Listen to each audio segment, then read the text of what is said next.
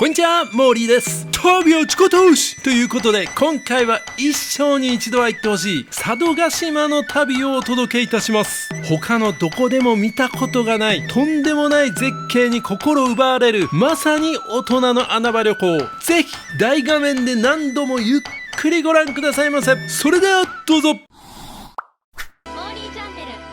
本州新潟県の沖、日本海に浮かぶ日本最大級の離島佐渡島は、面積約855平方キロメートル、人口は約5万人。船や飛行機を使わないといけない離島の中では一番大きな島です。緑あふれる山々と広大な海を背景に、多彩な自然と深い歴史を誇る島国日本の縮図です。歴史の要所として知られる佐渡には、古くから流刑地のほか、江戸時代には幕府の財源となった佐渡金銀山がありました。2024年7月、ついにその価値が認められ、世界文化遺産に登録されたことで世界中の注目が集まっています。自然面では独特な植生のほか、トキなどの保全活動も注目されています。島独自の生態系と人々が共生する姿は、まさに現代のリアルなエコアイランドのモデルです。グルメはブリ、イカ、ズワイガニなど日本海の恵みが豊富。米どころ新潟らしく、地元産コシヒカリとの相性も抜群です。さらに地酒やスイーツなどバラエティにも富んでいます。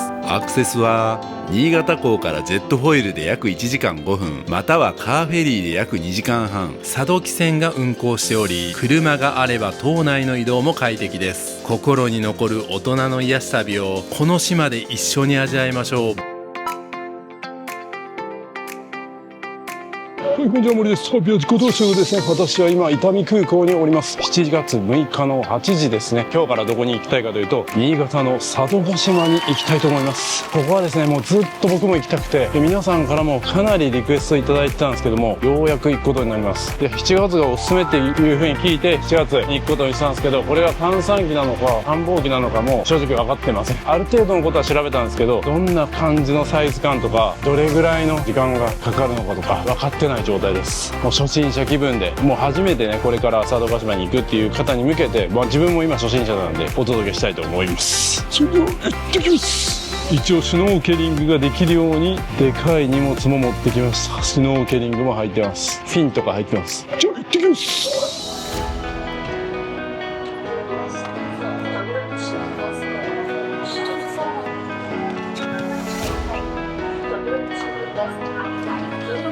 これで荷物預けました。こんな感じで荷物預けます。座席指定するの忘れててね、窓側取れてなかった。何やってんねん。あるあるっすね。船も結構いっぱいだったんですよ。ほんまにこれ閑散期なのかな、繁忙期なんじゃない。ちょっと僕がいつもやってる穴場旅行のタイミングじゃないかもしれない。10分ぐらいしかないけど、ラウンジちょっと使うか。はい、健康的に青汁で行きます。佐渡島では運転あるんでね。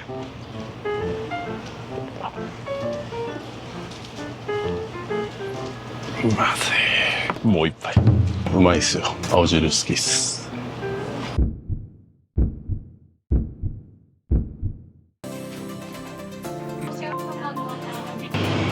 めっちゃ小さいな。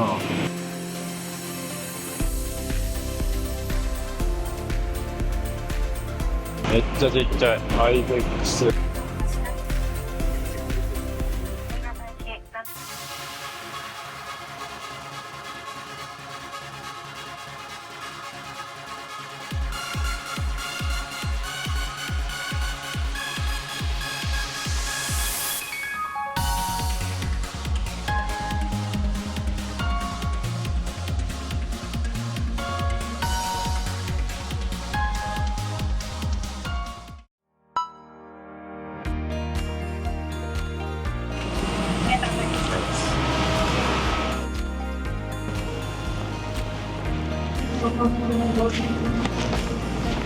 来ましたね、彩り新潟。こっから船に向かわないといけないですね。総合インフォメーションがあって、そこから書いてるのかな。ここ書いてるな。これですね、新潟空港があって、新潟港からジェットホイールで今日向かいます。両津港にね。でこの新潟港まで行かないといけないんで、それをどうやって行くか。でバスが何個かあって消えたな。こっちもなんかあるね。新潟駅まではバス行くって書いてるけど、港まではどうやって行くんや。新潟駅もなんか広々としてますね。新潟の旅もね2回行きましたから、まだ見てない方見てくださいね。案内所、ここで聞こう。すいません、港に行くバスみたいなのってあるんですかね。佐渡来て佐渡行きたいんですけど。佐渡に渡られますか。佐渡に行きたいんです。佐渡のフェリーとかは予約なさってます。それはしてます。はい、ジェットホイールしてます。そうですね。時間どれぐらい、何時のとかって。11時半。11時半ね。11時半。そしたら大丈夫です。間に合いますね。これ直行でお一人1000円なんですけど、ちっちゃいので席が空いてるかどうかだけ確認いただくと、もし OK だったら座席空いてたら1000円、お一人1000円を直接運転手さんにお渡しいただきます。でもしそれがダメだったらタクシーって言ってもあります。これがやだなとなるとバスの乗り継ぎとかで、全然多分これで行くのが一番楽です。楽ですか。ダメだったらタクシーで行きます。そうですね。そうです。はい、ミニライナーっていうね乗り物があって、今電話したら予約入ってないんでっていうことで空いてました。でそれが空いてなかったら、タクシーが3000円ぐらいかかりますけど楽かなっていう感じで、ミニライナーも1人1000円かかるんで、複数人で来てる場合はタクシー使ってもいいんじゃないかなと思います。他にはねいろいろ乗り継いでいく方法ありますけど、大変なんでタクシー使う方がいいんじゃないかなと思います。でこの辺でなんかミニライナーが来るみたいな感じで言ってました。今10時4分ですね。10時20分の便なんで5分前ぐらいに来るんかな。やべ行き過ぎてた。ここでした。ここにミニライナー書いてるな。新潟港佐渡汽船ターミナル行き、これですね、10時20分発1000円で IC も使えるって書いてたな。こんな温泉あるんやな。瀬波温泉来ました。ミニライナー貸し切りか。ありがとうございます。すいません、交通系 IC 使えるみたいなこと言ったけど現金のみでした。結局貸し切りみたいな感じなんで、やっぱり閑散期なんかなって思うけど、ジェットホイールはほぼ満席だったんですよね。どうなってる。新潟に住んでる人が佐渡に行ってるんかな。それともこうやって空港に着いていきなり佐渡に飛ぶみたいな人は珍しいんかな。だいたい新潟で一晩過ごしてからとかそんな感じなんかもしれないですね。もう僕は飲み歩きね前散々やったのとちょっとスケジュール的にどうしても行けませんでしたね。まだ出発してません。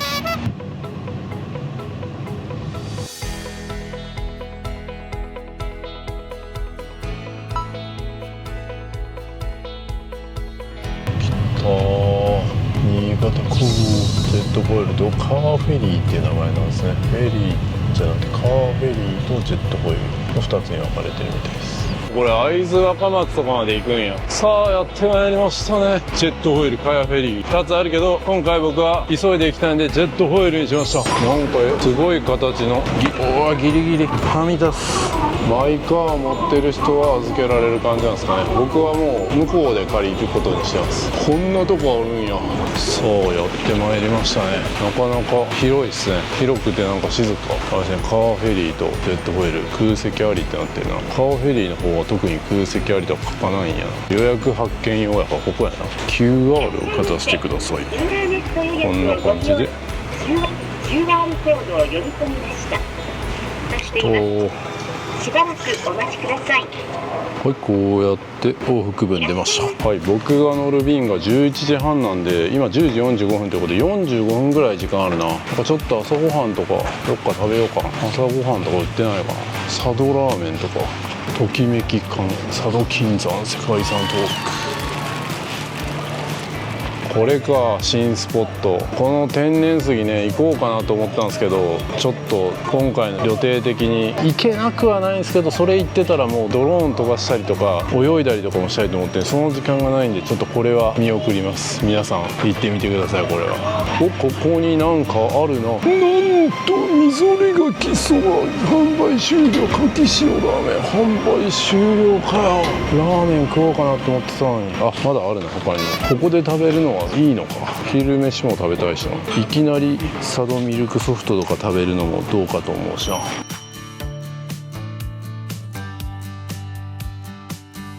なんかいろいろ調べるとこの長間そばっていうのが美味しそうな感じですね。なんか評価高そう。はい、ここでクレジットで買えますね。長間そば、岩のり長間そば。でも長間そばって岩のり、そら岩のりでしょ。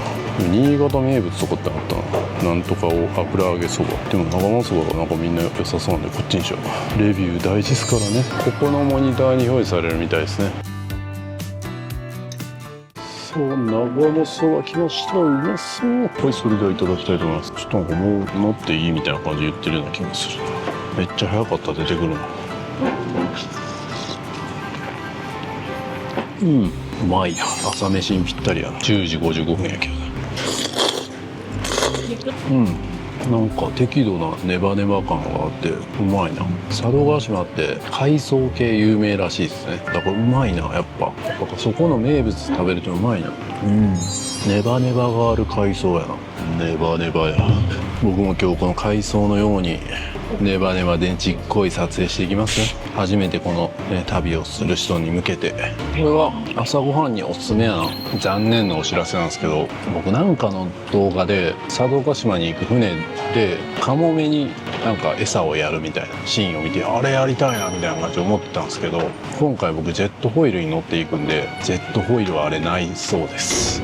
無念すぎる。フェリーだけの特権になったみたいです。まあね、でも僕結構カモメにね、海外とかで朝食盛り付けて持って行って、そのまま次のお皿取りに行こうかなと思ったら、その間にカモメにね朝食食べられてたこととか結構あるんで、それやのになんかカモメに餌あげるのもどうかなみたいな感じな気持ちになってきたんで、別にいいっす。全然悔しくないです。なんで餌あげなあかん。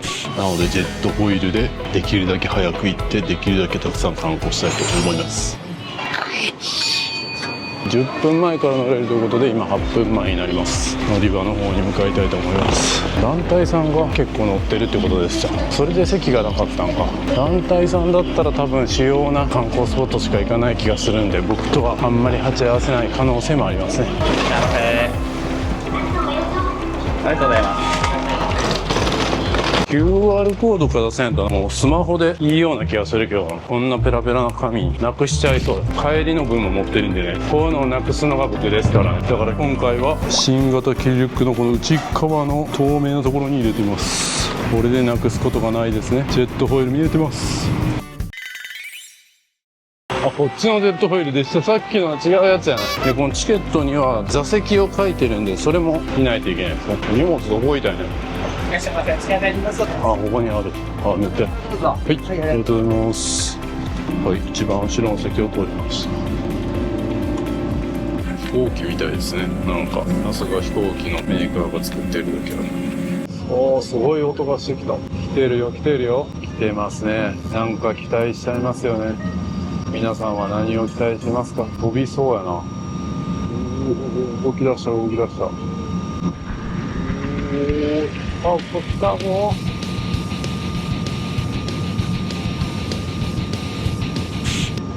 う。全然揺れません。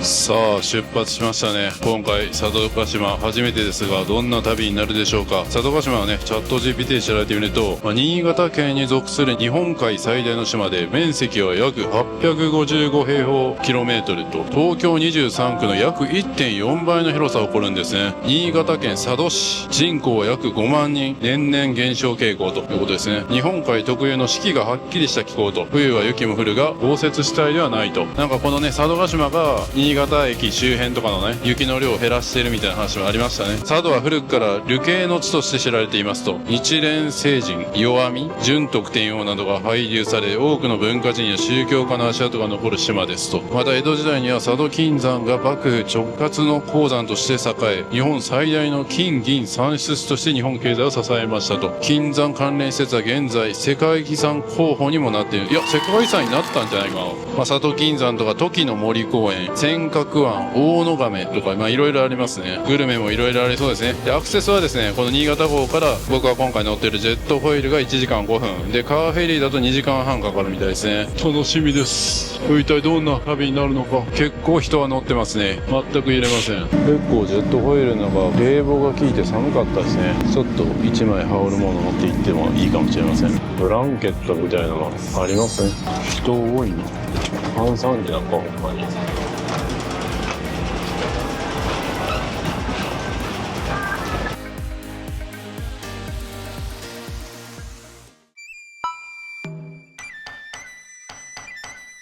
佐渡アイラン。さあレンタカーは1時から借りてて、今12時39分ですね。どうしようかな。ご飯食べたばっかりやけどお昼ご飯かな。まだこの佐渡島では食べてないですね。でもさすがにね、佐渡島やっぱ大きいからまだそんなになんか島感がないですね。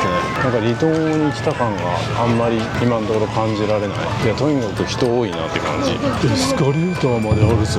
このターミナルも広いな。空港みたいな。佐渡の金山で一生分のゴールド持って帰るか。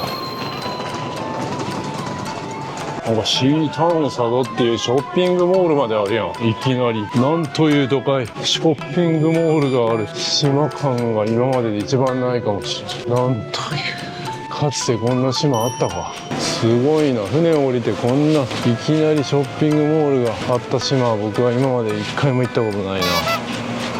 これは半端ない。いやそもそもこっちで合ってんのか。レンタカー借りるとここで合ってんのか。佐渡の酒売ってるな。さっきから金山しか見ないな。レンタカー送迎場所、送迎とかある。送迎してくれるの。エレベーター降りてきてレンタカーの送迎とかあるけど、僕ニコニコレンタカー、ニコニコレンタカーすぐ歩いていけるな。送迎なくても。日本レンタカーさんとかが送迎かな。いやー都会っすね。離島感がまるでまだない。ただの観光地っすね。まあでも観光スポットとしてすごい洗練されてるんで行きやすいっすよね。離島初心者の方にもいいかもしれない。ここ寿司とかあるやん。気になるな。ここレンタカー借りるまでの時間ここで食べるのもありやん。寿司魚秀。はい、いつもニコニコの僕がニコニコレンタカーで借ります。トンボが入ってましたが出ました。はい、今から出発なんですけども最悪です。いつも海の中を撮ったりとかね、この車で移動シーンとかを撮るアクションカメラがあって、ここにいつもつけてるんですよ。胸のところにどっかに落としてきました。で飛行機乗る前はなんか映ってるんですよ。で飛行機乗った後に港でご飯食べてる時にはもう映ってなかったんで、空港か飛行機の中で落としたか送迎バスで落としたか、その辺ぐらいしか考えられないですけどね。やらかしましたね。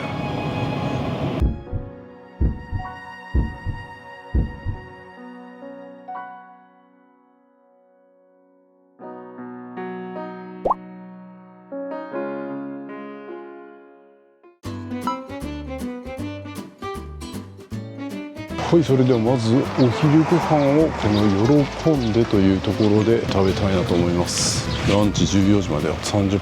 佐渡にゃんこいるじゃないですか、いきなり。おお佐渡島にゃんこいるじゃないですか。おお優しいの。飼いならされてるんか。その割に細いやん。よしよし、スマートやな。餌もらってないんか。俺はオズムアクションなくして困ってるんや。オズムアクション探してくれへんか、俺の。頼むわ。よしよしよしよし。なんかいろいろあるらしいんですけど、とりあえず刺身頼んどけって言われました。ブリカツ丼もちょっと気になったところなんですけどね。あとこの餃子がなんかトビウオの餃子ということでおすすめみたいです。で注文は QR コード変えるんですけど、そっち側だとマグロメニューもあるみたいです。あれ QR したら来店エラーとかなるけど、もしかして嘘だよ。違う。これ取りながらだと難しい。いけましたね。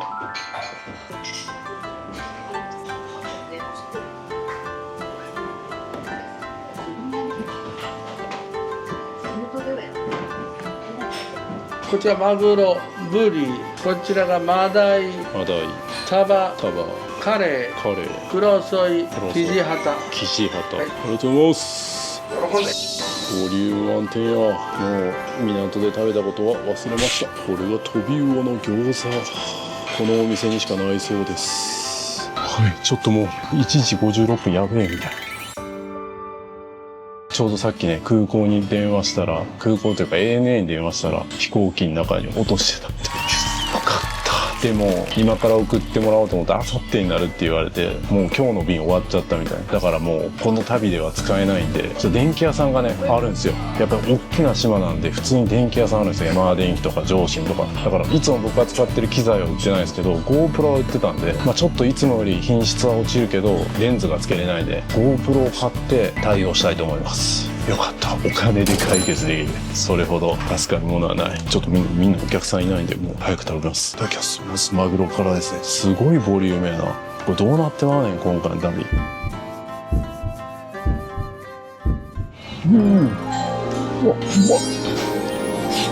うまっ。忘れてた。ここ北陸でもないわ、東北でもないわ、新潟あるんですよね。なんかその北の方じゃないですか。北の方の魚の味やまた違いますね。ちょうど僕長崎とかの動画作ってたんでね、長崎の魚うまいって言ってたけど、やっぱ新潟もうまいっすね。柔らかい感じ。これはコスパいいな。1700円だけど、もうカメラが見つかったことほっとして肝心なものを飲み忘れてます。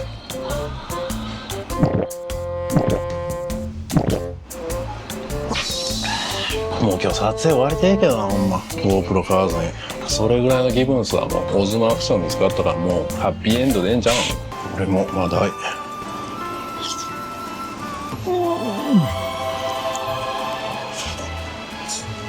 やっぱ同じ魚でも全然違うな。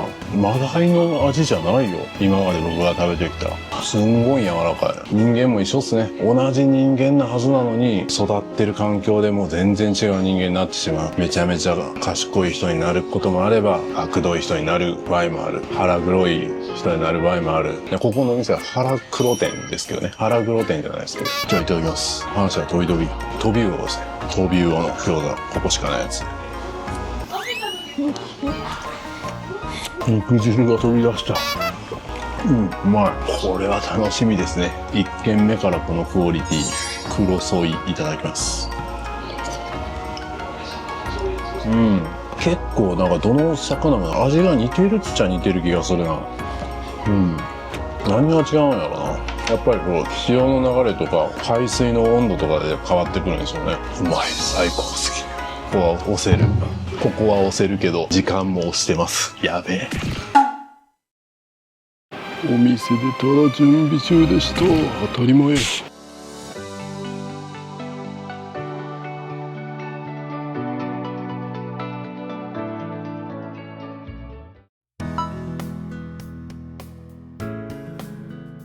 そうやってまいりました。風強いな。これ二つ亀遊歩道ということで約1時間ですね、車走らせてやってまいりました。もうほぼ消えかけやけどうっすら見えるぞ私には。今ここですね、駐車場を止めまして、そこからどう歩いたらいいの。これホテルの裏側からこう回る感じなのか。ようわからんぞ。全然わからん。でもこっち側じゃない。地図分かりにくいな。でもこっちか。あそこから裏に回れるんか。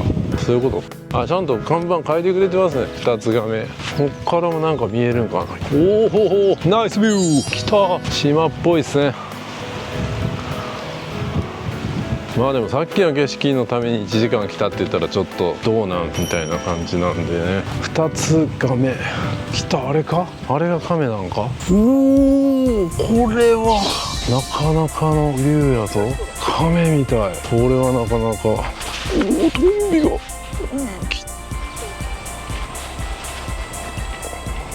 これはすごいわ。もう島旅には階段がつきものですが、まさかの下り階段からスタート。優しい。なんかこっちにいると海も綺麗ですね。なんか意外とシュノーケリングもいいって聞いたんで今回ね泳ぐ準備してきたんですけどね。すごい、めっちゃ下りやん。さすがに観光客もいますね。言ってもなんか何十人いるとかじゃないですけどね、本当に 2,3 人いる感じじゃないですか。謎の階段、これ右左分かれてるの。結構降りるな。これ帰りえらいことになるやん。マジかよ。降りたくない。降りたら登らないといけない。人生と一緒ですね。こうやって楽すると後でしっぺ返しで辛いことが待ってるみたいなね。そんなことも教えてくれるんですね、いきなり。佐渡島。すごい。なんかすごい広場が。写真家たちもいる。おすげえ。これはなんか潮の満ち引きとかで向こうに渡れたりするの？ちょうど今渡れんけどな。これは素晴らしい。この広がり感伝わるかな。あそこまで降りんの？あそこまで降りたらまたこれこんなに登らなあかんで。でも行きたいよな。しかもなんか壊れてるやん。いやー、なんかこの感じ、礼文島とかでなんかこんな感じ見たな。いいな、この芝生。二つ亀来た。二つ亀周辺の見どころ、海成段丘。海岸は数十メートルから100キロ以上の海食外の急な崖が続き、海に臨んでいますと。段丘丘の平坦面は過去の海の底だった場所ですと。島が大きく隆起し続けていることが分かりますと。いろいろあるんやな。お地蔵さんが積み重なっているところもあると。で、二つ亀がこれですね。やっぱりこれ陸とつながるんですね。潮の満ち引きで。今はちょっとつながってないですけど、佐渡の隆起運動と主に冬季の厳しい防波浪による侵食作用によってできたと。この二つ亀、大野亀はミシュラングリーンガイドジャポンで二つ星として掲載されましたと。見応えありますよね。確かにこれはさっきドローンで見たけどすごかった。ここも泳げるんですね。一応海水浴場ってなってるの。さすがに今日はちょっと僕泳がないんで明日泳ぎます。天気も明日の方が良くなりそうな感じなんでね。トンボが多いな。はいって挨拶したのにこんにちはって返されました。モデルです。海も綺麗やな。なかなか見応えある。膝痛いって膝に来るこの階段。これは帰りやばいぞ。エレベーターいるんちゃう？結構佐渡島さん儲かってるんちゃいます？すごい風がなんか奥津軽の旅を思い出すような。カニタの方やったかな。なんかパッと見は礼文島みたいなね、そんな空気感もあります。これが島旅っすね。結構草が生やしっぱなしになってるみたいな。さっきあそこで泳いでる人いたな。着替えてる人も。なんか多分シャワーとかもちゃんとあるんかも。風が強いけどやっぱ下から見ても完成。向こう側に行ってる人もいるな。泳いだら行けるんですね。トイレもちゃんと完備されてる。ここなんじゃこの家。ここで住んでた人がいる。これはすごい。ここでなんか一夜を過ごしたみたいな、そんななんか野宿どころみたいなのがある。この下側にもなんかあるの。伊勢で、この砂もね、なんかこう白砂のビーチとかじゃなくて、ちょっとなんていうんですかね、すごい石が混じってるみたいな。でも透明度はめっちゃある。綺麗。透明度素晴らしいな。これちょっと今光の当たり方が微妙なんで綺麗に見えないかもしれないですけど、めちゃめちゃ透き通ってますよ。これはすごい。これは泳いでも気持ちよさそう。いやー素晴らしい。ここで一日ゆっくり過ごしてもいいなって思えるぐらいの環境っすね。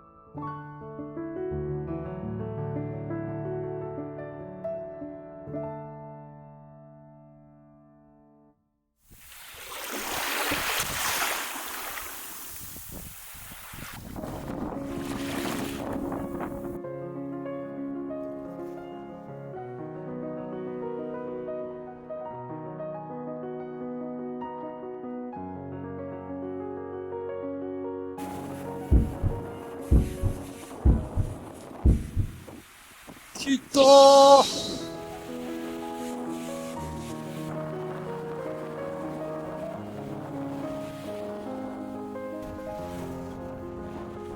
そんな渡ってる人もいるんですね。僕は大人の穴場旅行なんでね、そういう危険なことはしません。ちゃんとシャワーもあるんですね。すごい。いやー、帰りもこの階段登らないといけない。分かってはいたけどね、人生と一緒っすね。最初にこうやって苦しい階段を頑張って登ったらね、あとは楽な下り坂かもしれないし、最初の頃にね、ずっと下り坂で楽ばっかし続けたら、あとはもう登る坂しかないみたいな、そういうことなんですね。また教えられてる。僕の YouTube 人生も今こうやって階段を一つ一つ苦しいけど登ってるから、最後はゆっくりと楽に下らしてくれよって思いながら、いつまでたっても下り坂はないただの山かもしれないですからね。それわかんない。でも間違いなく言えることは、楽して下っていったら必ず登りがあるってことですね。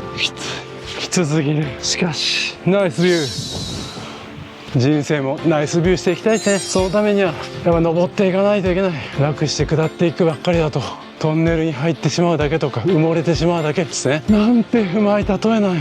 集中して登ります。あとは登り坂楽しませてもらいます。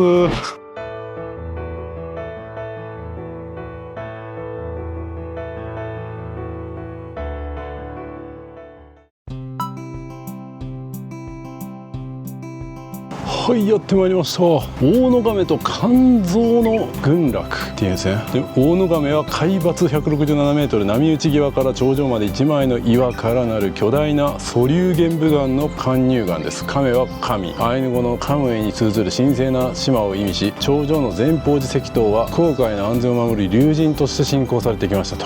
初夏には広大な海岸草原一面に飛島肝臓が開花すると。これですね。ただこれ6月ぐらいらしくて、もう今7月なんで咲いてなさそうです。無念です。こんな感じで咲いてるんですね。とりあえずちょっと行ってみますか。どこまで行かなあかんねやろ。あの頂上まではさすがに行かんぞ。肝臓だけにね、行かんぞみたいなね。行ったらあかんのじゃん。これ閉まってるやん。みんな入ってるけどダメなんじゃないの。やめといた方がいいんじゃない。ドローンで行く。これ何、ほんまに行ってん。これ謎だな。なんかみんな行ってるけど、みんなが行ったらいいっていうことではないからな。でもちょっと足が勝手に入っちゃいましたけど、はい、こんな感じですね。今ここ現在地で、道がまあこんな感じであるみたいで、ここに鳥居があるみたいですね。こっから先はなんか行けなさそうなんで、ちょっと先の方だけ景色見てから帰りますか。ちょっとあそこの上からの景色は見てみたいんでね。道も綺麗に作られてますね。あそこになんか鳥居があります。ドローンが飛んでるんかと思ったら、ずっとトンビタカが飛んでるんですね。ずっとすごい水平に。はあ、マジで礼文島みたいな感じの景色やな。でも礼文島はこんなに綺麗に道は整備されてなかったけど、おお、こっからの景色いいね。素晴らしいな。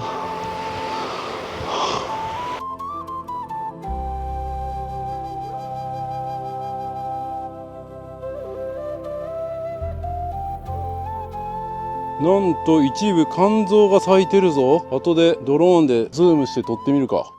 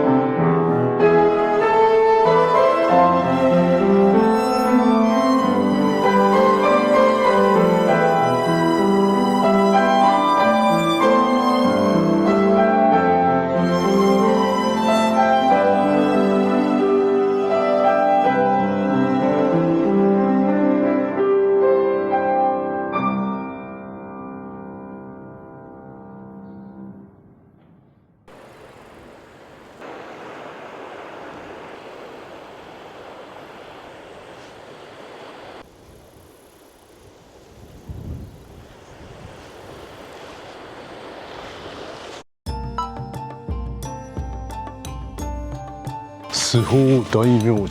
これもこの先にずっとある感じなのか。ちょっと時間が押すんでやめときましょう。ちょっとね、あと他にもね、僕の計画ではこの大野亀行った後に五段の滝っていうところを行って、その次大清水の湧き水とかなんとかのひまわり畑とか行く予定だったんですけど、ちょっとその湧き水とひまわり畑は見送ろうと思います。もうすでにね時間1時間ぐらい押してるんですよ。ちょっとこの辺の見応えが多すぎて、なので滝行って弁慶のハサミ岩っていうところ、これはねやっぱここにしかなさそうな感じなんで行きたいと思います。ひまわり畑とかはねやっぱ他の地域にでもあるんで、でもハサミ岩はないじゃないですか。やっぱここでしか見れないものをね重視して今回行きたいと思います。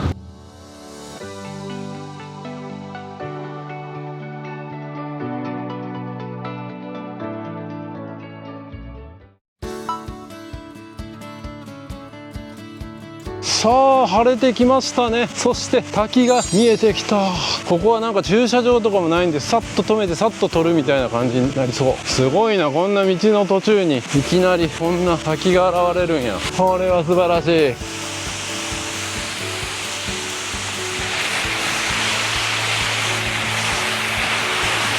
そしてこの滝からこっち側に行くと、これは美しい。これも素晴らしいですね。田んぼが綺麗。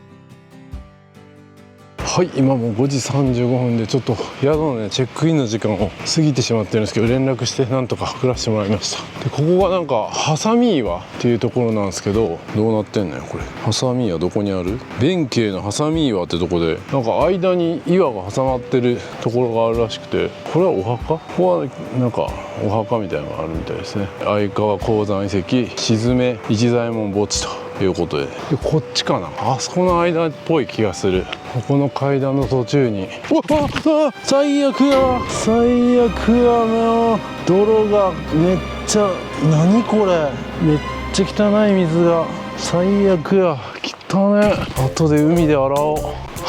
俺が挟まってもだやんけ、ドローンに。おお来たー、これか、弁慶のハサミは来たー。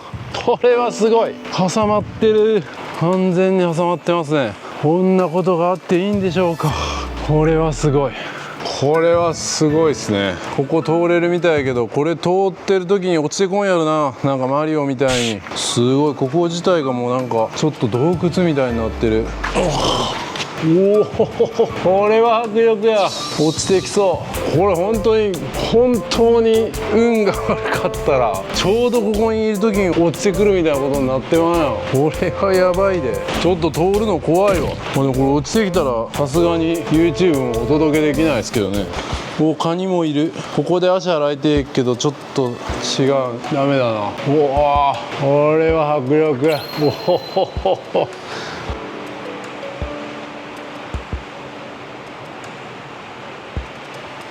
これはこの夕日が近い時間だと逆光になっちゃうんで、午前中とかに来た方が青空を元に綺麗に撮れるんじゃないですかね。もうでもめっちゃ迫力。肉眼で見る分には全然どっちでもいいです。写真を Google マップにあるような感じで撮るんだったら午前中がいいですね。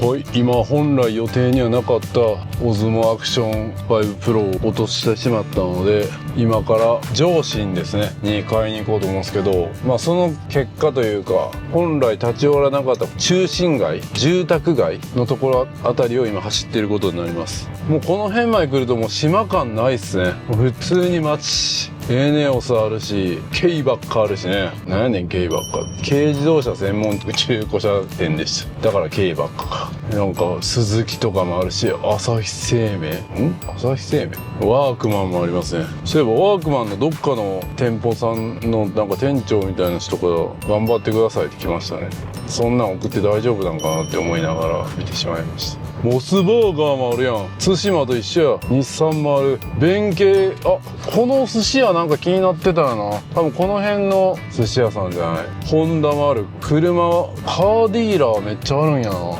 ヤマダ電機ある。で、ヤマダ電機も色がちょっとなんか赤っぽくないですけど、あれもなんか茶色い家が多いなっていうのはすごい思うんですよね。だから建物もなんか茶色を使わないといけないみたいな。でも吉野家とか普通に、吉野家もあるんや。吉野家は普通にオレンジやけどな。全部統一されてるわけじゃないけど、なんか家も結構茶色が使われてる家が多いのに気がつきました。一周してて。なんやかんや今日ほぼ一周したこと、半周ぐらいしたことになりますけど、多かった。でもこの辺、メガネ壊れても大丈夫ですね。前のね、岡山のサウナ入ってメガネ壊れたりしてもここでメガネ買えますね。上司にあった。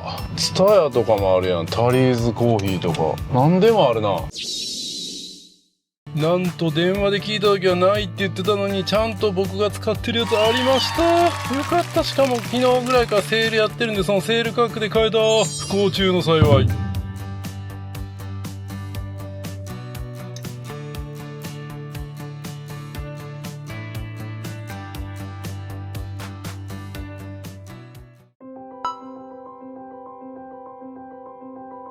さっき車走らせてたら本当にまん丸な夕日が見えてたんですけど、ちょっと走らせている間に隠れてきましたね。でも十分肉眼では見れました。タイムラプスにちょっと映ってるかもしれないですけどね。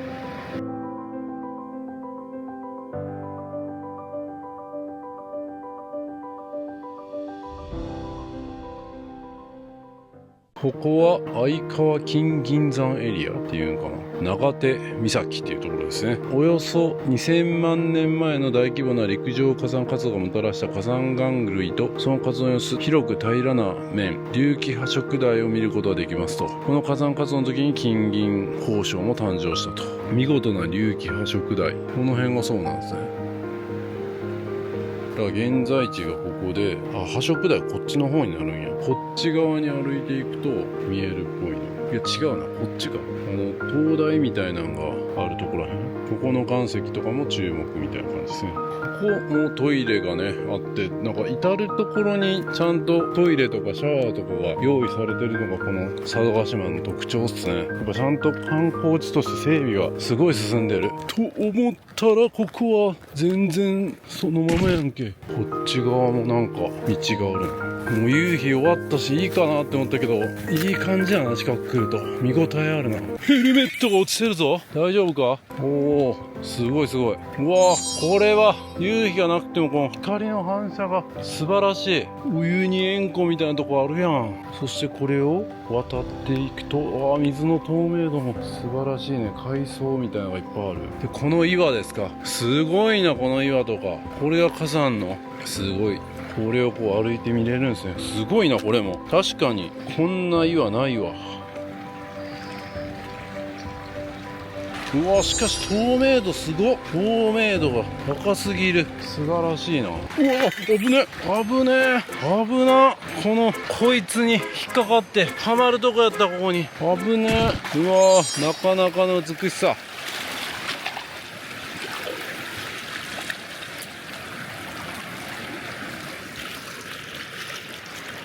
確かに岩肌もなかなか見応えあるな。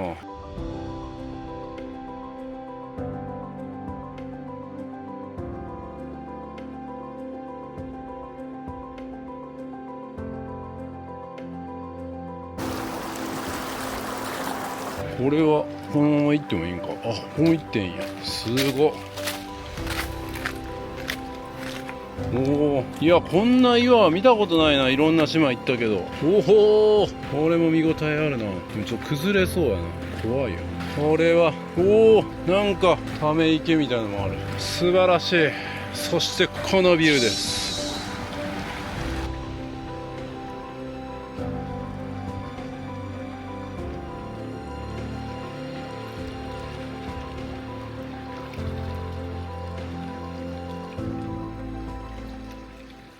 かおるぞ。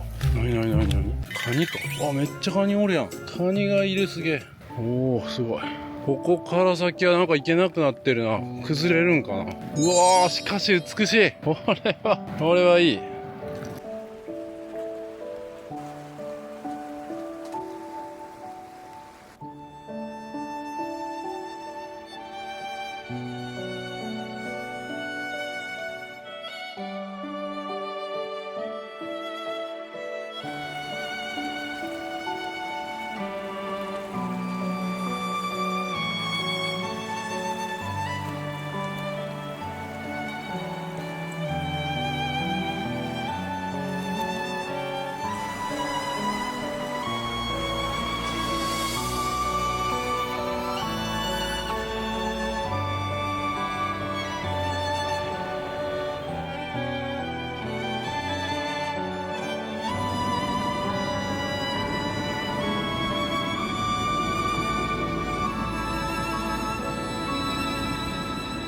これは素晴らしいじゃないですか。こっちは良さそうだからこっち行ってみるか。すごい透明度。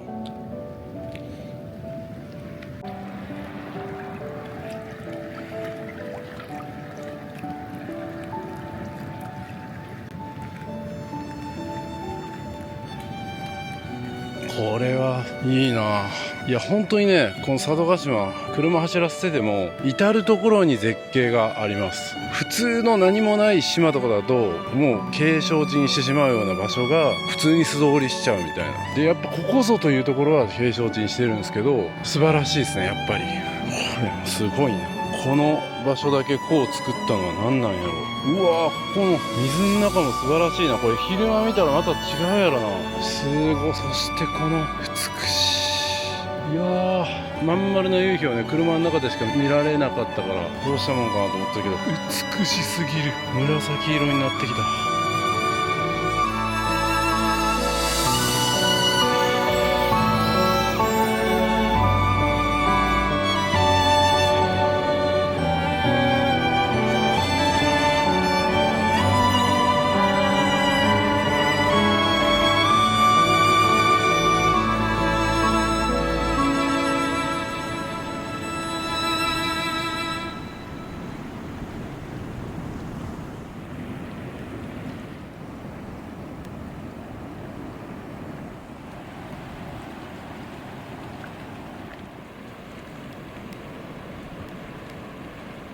いやー、ここのスポットかなり良かったですけど誰もいません。夕日が沈んだ瞬間にもうみんな帰っていって、まあそれでも 2,3 組いただけですけど、その後はこんな素晴らしいマジックアワーが見れるのに、なんという人気の佐渡島でもこんな穴場っぽいところがあるんですね。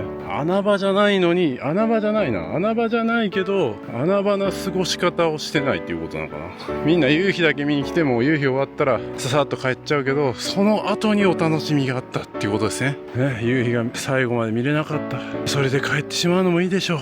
自分が思ってた美味しいものが取れなかったということですぐに終わりにしてもいいでしょう。でもそっから粘るとそれ以上に美味しいものが見つかるかもしれないということですね。そんなことも教えてくれるんですね。ここなんていうとこやったっけ、なんていうとこやったか、なんていうとこ忘れた。長手岬ね。まさに旅は自己投資、最高でした。いい加減ホテル行って早く次飲みに行きたい。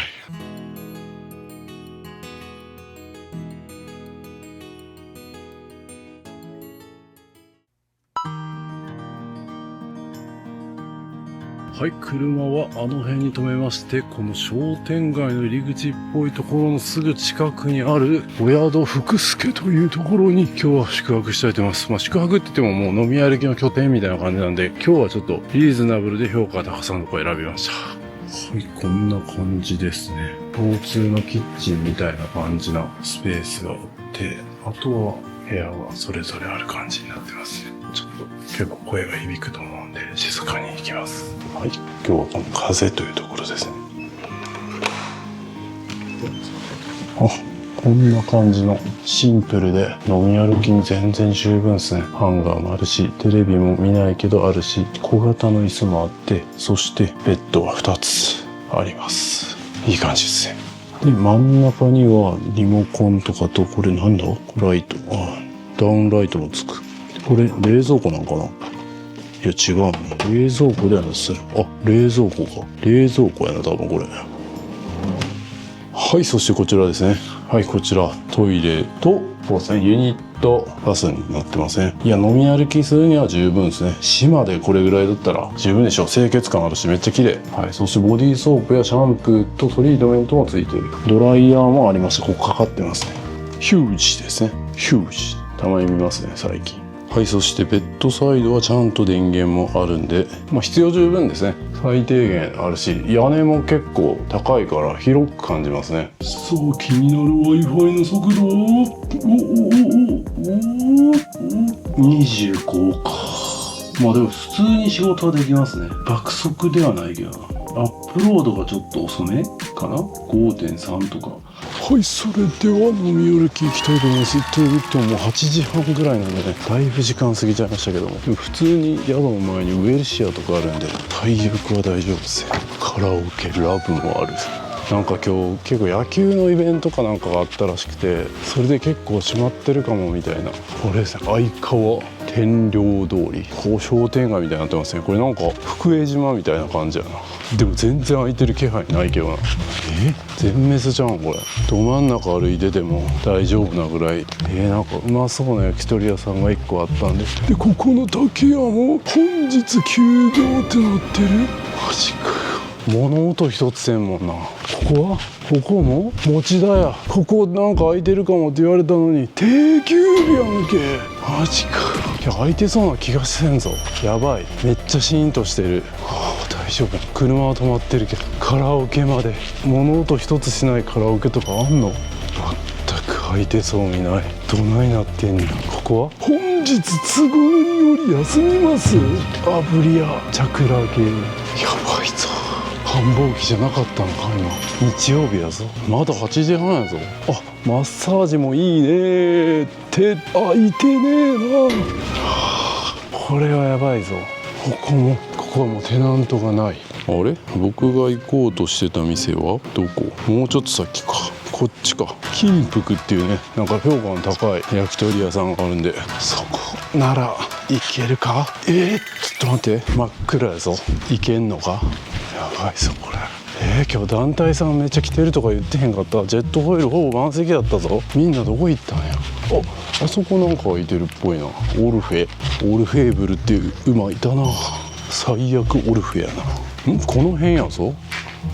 どこ？この辺やぞ。もうちょっと待って、方向がわからんなった。この辺、これっぽいな。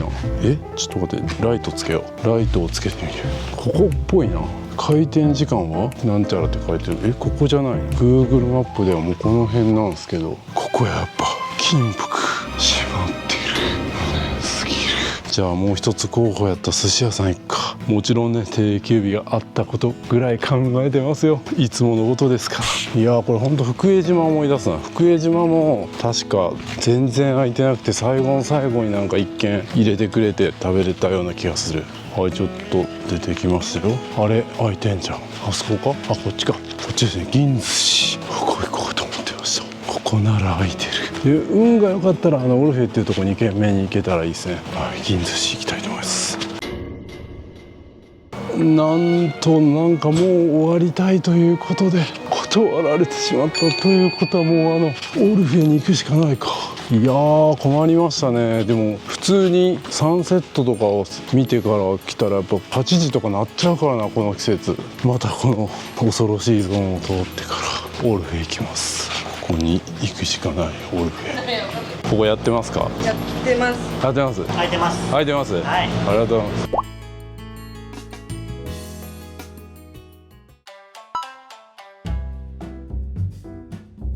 空いててよかった。なんかカラオケやってます。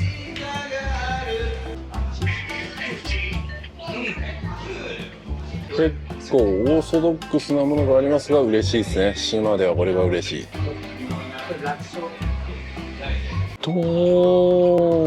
そしてなんかうなぎを崩したやつみたいな、崩れちゃったって言ってた。はい、それではやっと生ビール。いやー本当に今日はもうご飯にありつけないかとマジで思いました。なんか寿司屋は開いてるって聞いてたから、まあちょっと余裕こいってたらね、まさかのもう終わりたいみたいな。僕は終わるわけにいかないですよ。ラビオリいただきます。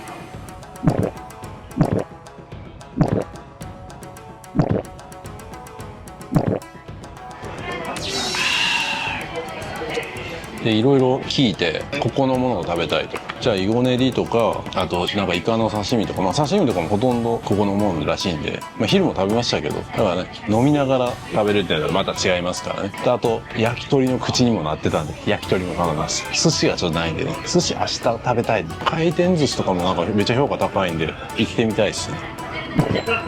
最高で、なんかここのお店のレビューで結構一人で来やすかったみたいな感じで帰ったんですけど、本当そうですね、めちゃめちゃフレンドリーに話しかけてくれて、取っときたかった。録画してなかったんですけど、めちゃめちゃノリが良くて、空港からね、なんかおばちゃんが結構フレンドリーに話しかけてきてくれたりとか、この佐渡の旅フレンドリーな方が多いなっていう印象がありますね。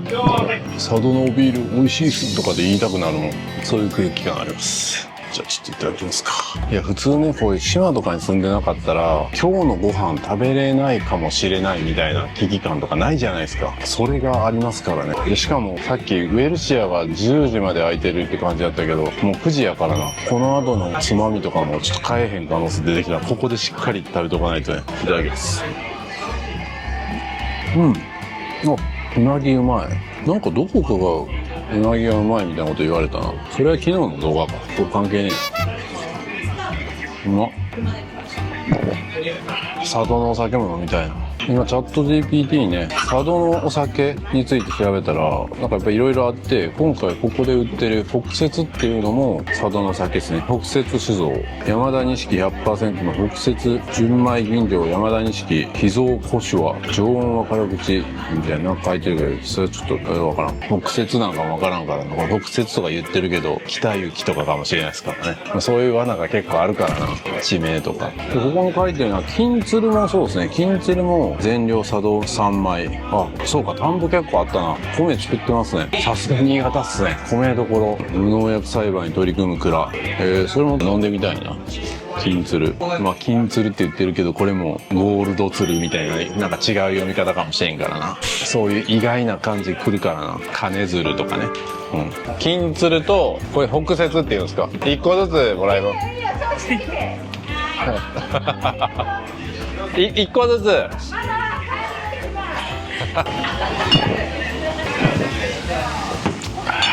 あ、これか。あ、これですか。あ、これがこれ金鶴。あ、読み方合ってるよ。金鶴と北雪一気に頼んじゃいました。もう時間危ないんでね、先に押さえとかないと。最悪これ持って帰るいいんかどうかわからんけど。金鶴と北雪。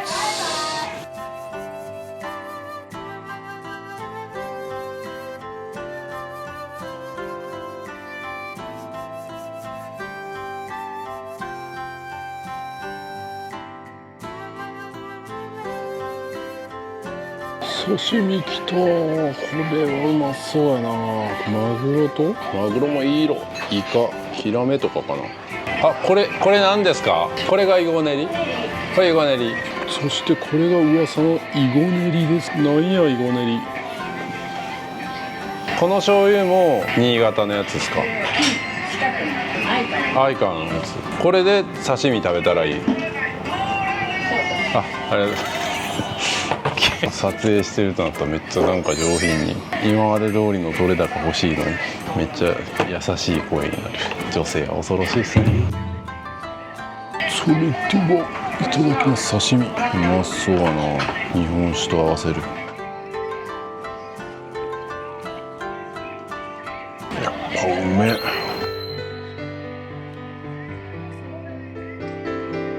うわ、めっちゃキレがあるやん。あ、なんか新潟のお酒って感じ。ポン酒感思い出さ。ポン酒感。う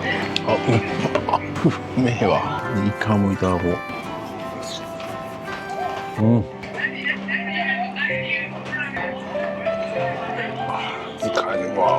イカの一夜干しきた。じゃあ次はこの北雪試してみるか。それではイゴネリいただきます。全くどんな味かが想像がつかんから、うまそうかどうかの判断がつく。なんか普通になんかくず切りみたいな感じですけどね。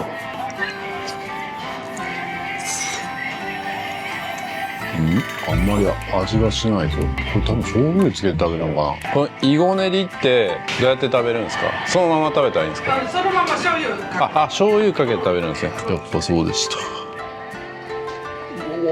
勢い余ってかけすぎたかもしれん。やべえ、いけるか。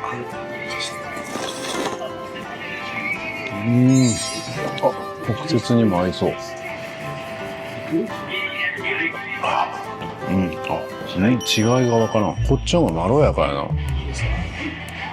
北節の方が雪のようにまろやかですね。で、ちょっとイカの、僕イカ一番大好きなんでね。それやのになんかもうイカがどんどんね、漁獲量減ってるみたいなニュースがあったんで、もう食べれなくなるかなと思ったけど、ありがたいですね。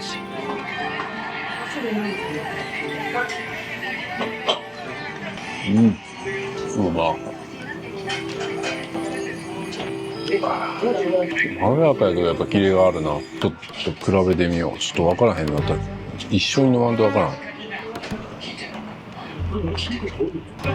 ん。なるほど。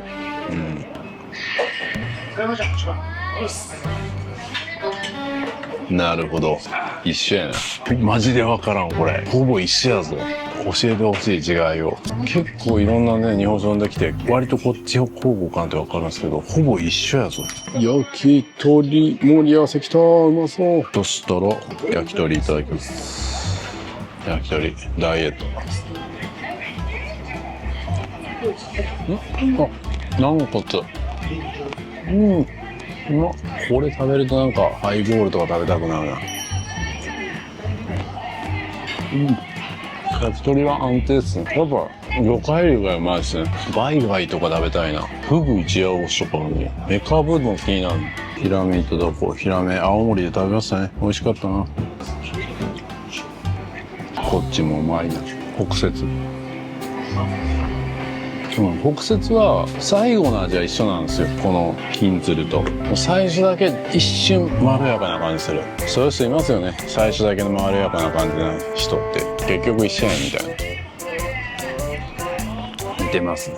いや本当にこの金鶴とこの北節の違いを見極めるのめちゃくちゃ難しい。ぜひ皆さんもチャレンジしてください。感想教えてください。一緒やんみたいな。最後一緒やんみたいな。多分そうなると思います。バイ貝きた。ほんまに貝のまま出てくるんや。バイ貝いただきます。うまっ。これは絶対日本酒やな。やっぱ海鮮系うまいわ。佐渡牛とかもあるんかな。それだったらうまいかもしれんけど、ここの肉はそうじゃないんで、肉系はまあ特別すごいって感じじゃないですけど、海鮮はやっぱうまいっすね。貝もうまいし、イカもうまいし、刺身も抜群にうまい。最高です。一軒でも満足です。やばい、もうウェルシア閉まってまう。明日は泳ぎますよ。体力つけときます。おいしいた。ありがてえ。もう閉店時間過ぎてるのに出してくれたわ。ちょそうおにぎり。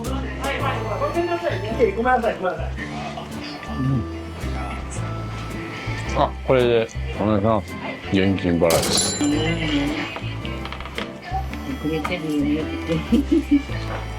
おにぎりがうまい。そりゃそうやな。新潟やからな。忘れてた。新潟やここ。佐渡は新潟やわ。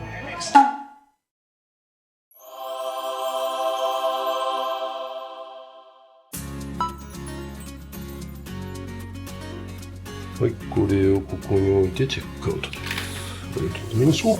はい、今ね朝ごはん食べられるとこを探してるんですけど、僕が泊まった地域はあんまりないんですよね。でもともと泊まろうかなって思ってた地域があって、そっちはめっちゃあるんですよね。でも金山は今いるとこの方が近いんで、ここまで行くべきかっていうの悩んでますね。本当はこっち側で泊まる方が飲み歩きとかも良かったのかもしれないですね。ただちょっとねいい宿がなかったんですよね、こっちは。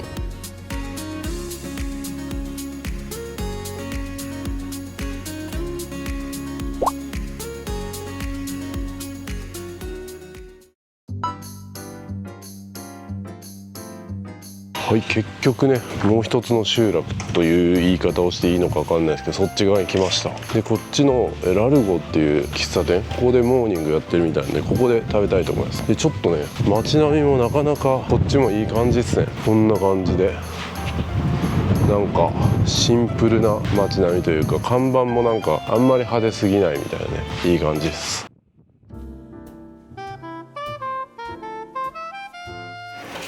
ありがとうございます。また。湯気がラグビーやってる。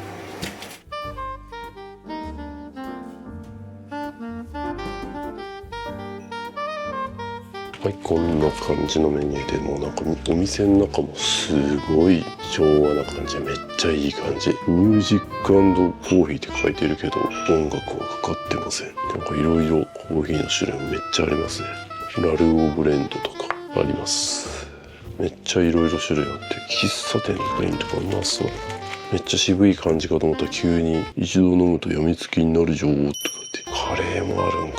ちょっと朝カレーはきついな。めっちゃいろいろあるっすね。ちょっとモーニング探します。ナポリタンもあるんや。めっちゃ種類あるやん。この辺があれなのかな。別にモーニングっていうくくりのものはないんかな。ケーキセットとかもあるし。はい、このモーニングサービスあったんで、これとプリン頼もうと思います。朝プリン。今注文しようとしたら外で話し込んでてよかった。そういうのいいっすね。面白い。店やね。常連さんがいっぱい来てるんですね。俺や。じゃあ書いてもらおうかな。コーヒーカップが結構並んでるみたいなので、ちょっと取ってきます。いろんなコーヒーカップがあるんや。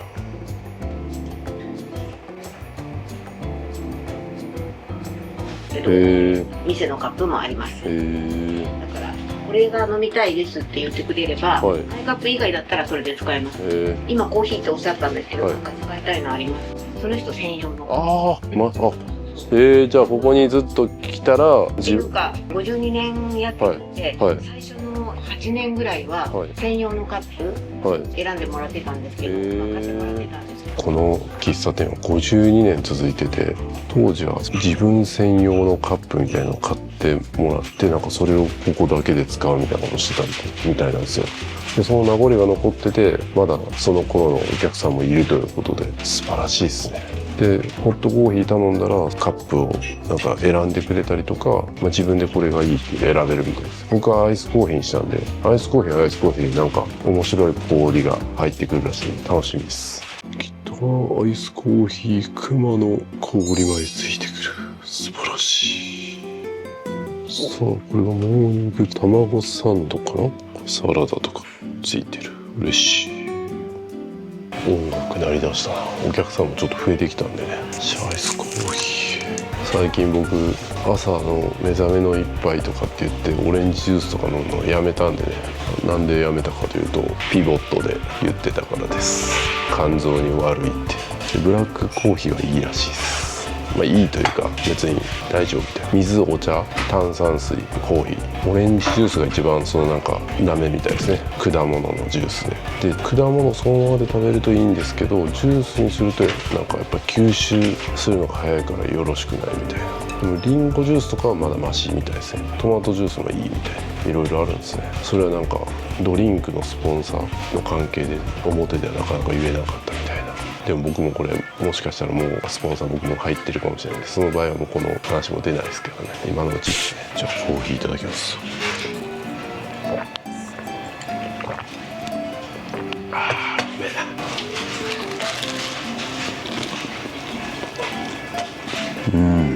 素朴な感じのうまい。歴史を感じるな。52年。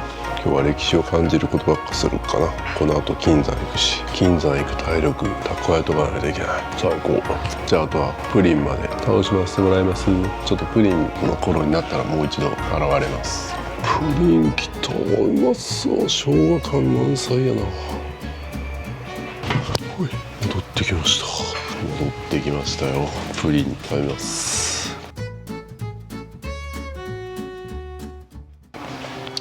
めっちゃうまいやんけこれ。うまっ。めっちゃ口の中でとろけるし、でも新しいプリンじゃないんですよ。新しいプリンじゃないっていうのは別になんかこれ腐ってるとかじゃなくて、やっぱ昭和感感じられる。昭和感感じられるけどうまいよ。表現は難しいけど濃厚でも最新のなんかこうとろけるプリンみたいな感じとか、いやいいんですよ、あれはあれでうまいんですけど、そっちじゃないんですよ。うまい。なんか新文字だったっけ、新文字とかでなんか昭和レトロなプリンを食べたりとか、あと横浜っすね、横浜すいません動画ボツになって動画出してないですけど、プリン食べたんですよ。プリンアラモード発祥みたいなとこで、そのプリンより正直うまい。素晴らしい。まったりしちゃいますね。結構急ぎやのにな、急がなあかんのに。いやー素晴らしかったですね。ちょっとね訂正なんですけど、モーニングのコーヒーはカップは選べないということです。単品で頼んだ場合は選べるということですね。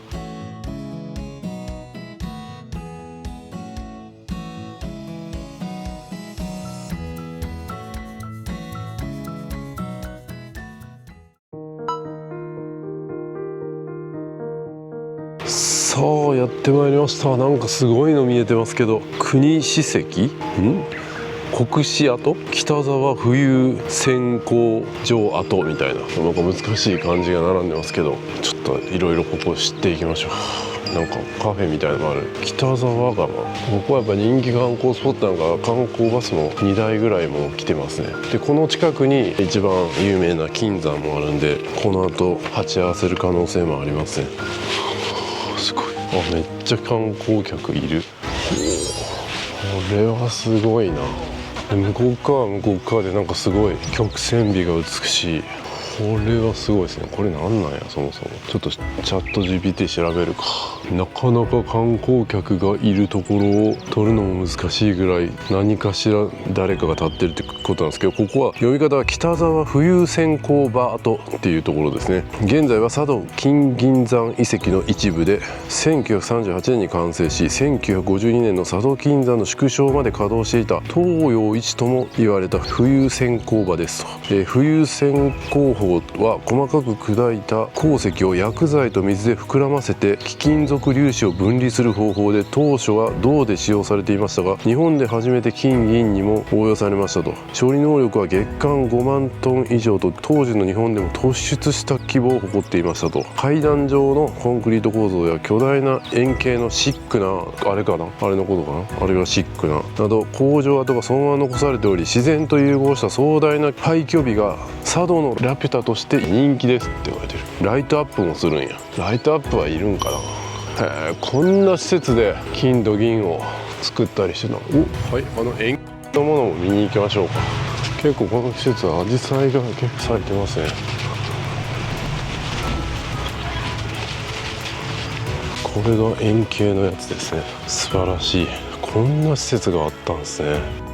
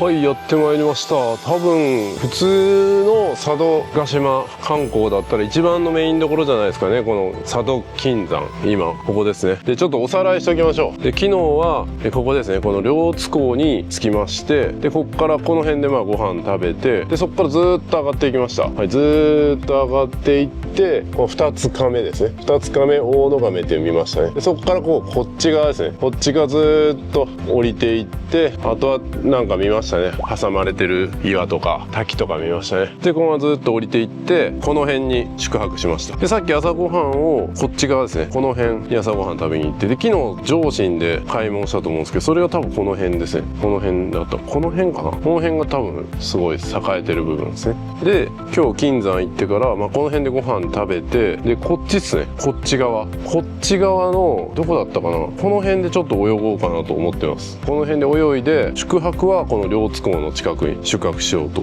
思ってます。だったかな、多分そうです。で明日はちょっとこの辺に行きます。はい、この辺ね、行くんかな、多分行けそうだったらこっち側も行く感じです。本当にね広いんで、今回みたいに2泊3日だとなかなか回りきれない部分もあるかなと思いますね。はい、営業時間が8時から17時半で、なんかガイドなんかもやってくれるけど、予約がいるみたいですね。今回は別にガイドなしで行きたいと思います。無許可の物販行為、撮影は大丈夫っぽいな。で今から観光行動入り口、寒いですと10度、僕半袖と半パンです。最高チャレンジします。汗かきなんでね大丈夫でしょう。さあどんな感じなんやろ、金とか取れるんかな、全くどんなことをするんかとか調べてもないんで、ワクワクドキドキです。毎回旅はねそういうワクワクドキドキで行っております。自販機もちゃんといっぱいありますね。おお、こんな入り口になってるんや。いいですね。金山のバス停の看板も金色になってますね。はい、これで金山コースを頼むみたいです。60分から90分かかるんや。2つセットの販売になるみたいです。この佐渡金山コース2つの行動30分と40分とこどっちかだけ行ってもいいみたいな感じですね。どっちかだけ行くか。領収書をご入り用の方は領収書ボ右側江戸時代、左側近代のコースですね。はい、一つ見られると下の売店出口になります。はい、外から上がってきていただいて、次のコースこちらから入っていただきます。連続で行くっていうことなんですね。ありがとうございます。ちょっと他のお客さんが右側行ってるんで、僕は左側に行きます。しかし寒いぞ、涼しい。10度ぐらい、半袖半パンはちょっときついかも。一瞬だけ寒いんかなと思ったけど、頭打ちそうやなこれ。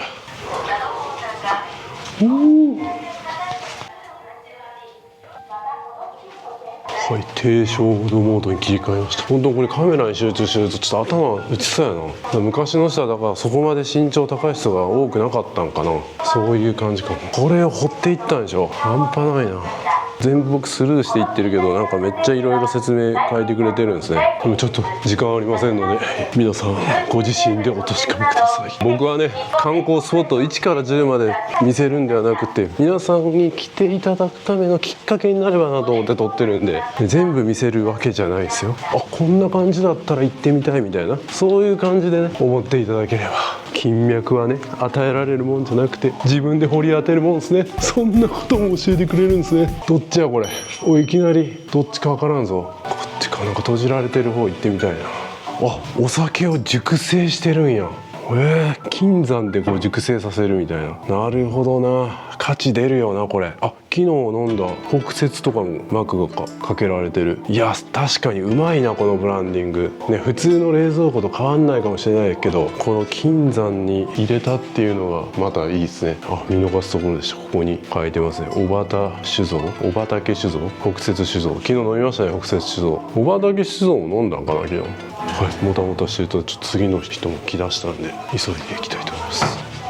道友港は採掘するため明治32年に開削されましたと。平成元年まで使ってたの？あ、ここはすごいな。ちゃんとしたトンネルみたいになってる。佐渡銀山、チャット GPT で調べるか。便利やなチャット GPT。チャット GPT というかもう今 AI が便利でもいろんなサービスがありすぎるっすね。もはやチャット GPT だけでも足りないみたいな。やっぱテクノロジー進化していくんですね。だからこの金も今だったらもっと効率のいいやり方があったりするんかもしれないですね。むしろデジタルゴールドになってるかもしれないですね。ビットコインや。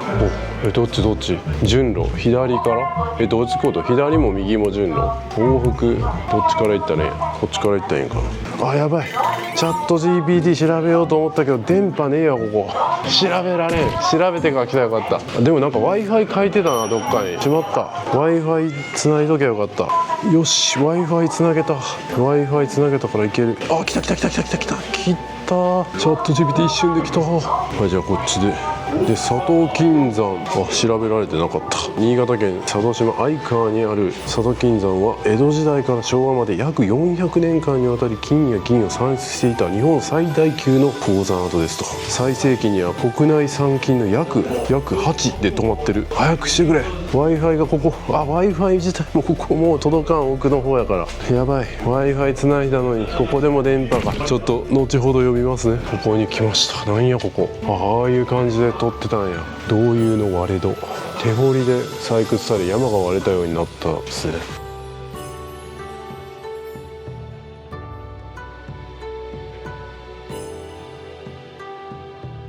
なんか急に観光客めっちゃ増えてきた。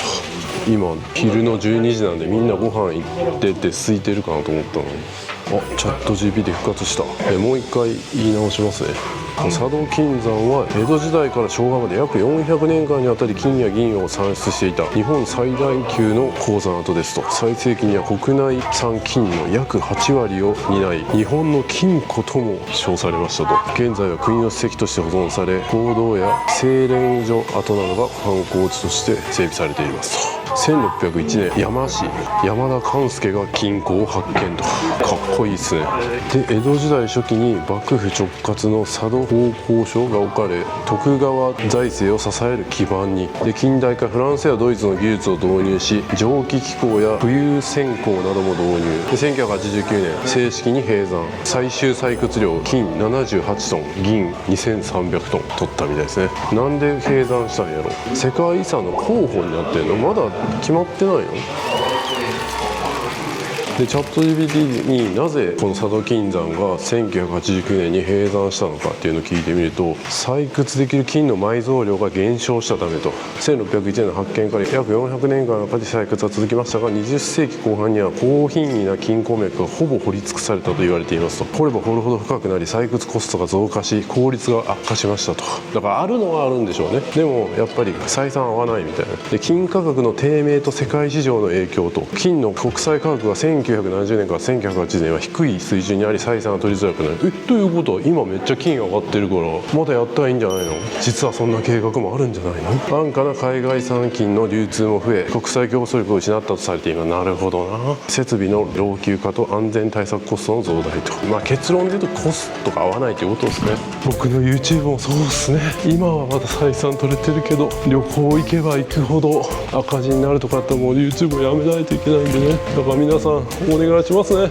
何がやねん。出てきた。根がなんとここ雨天のみ通行かやって。そんなとこもあるんや。雨ってなんか観光には悪いとされるけど雨じゃないと見れないみたいなのもあるんや。リアルやな。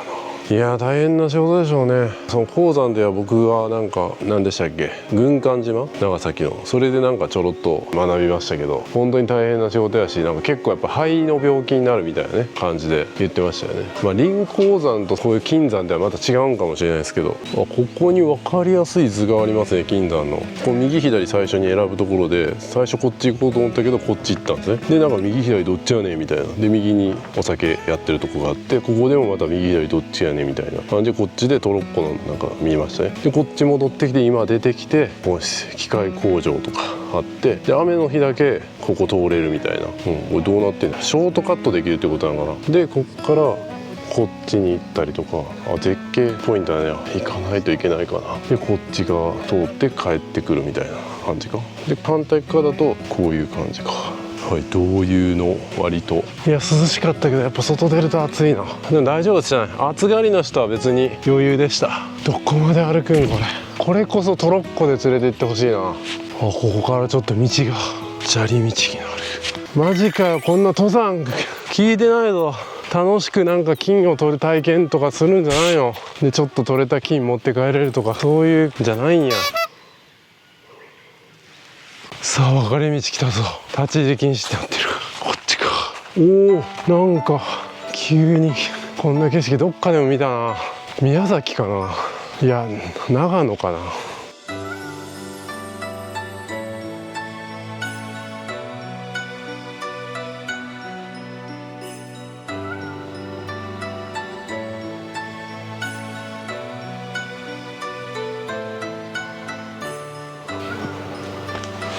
さあ行くか。またはしごかよ。暑い。早くもう洞窟に戻りたい。おお、こんな。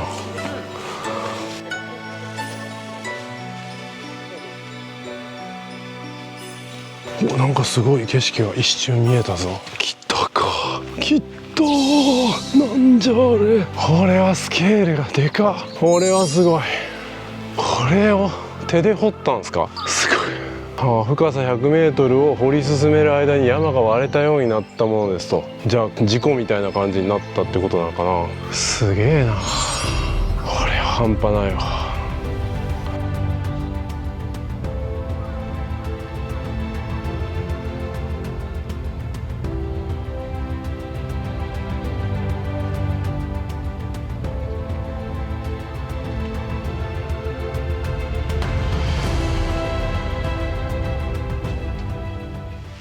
さあ戻ります。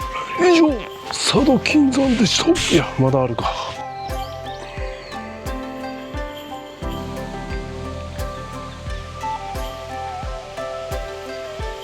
国から三菱に依頼したりとかしたんで、ガラスに三菱のマークが削られているんですけど、分かりますか。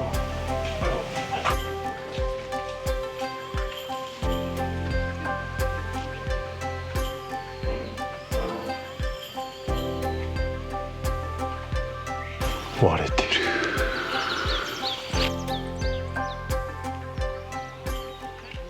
あーめっちゃ暑い。こっちのコースは結構外を歩くことが多いから暑いな。もう一個の方は結構中が多いんで、夏にね暑がりな人はあっち側行ったらいいと思うけど、でも絶景スポット見えんからな。あのトロッコで乗せていってほしい。そういう体験したい。トロッコ乗ってみたいよな。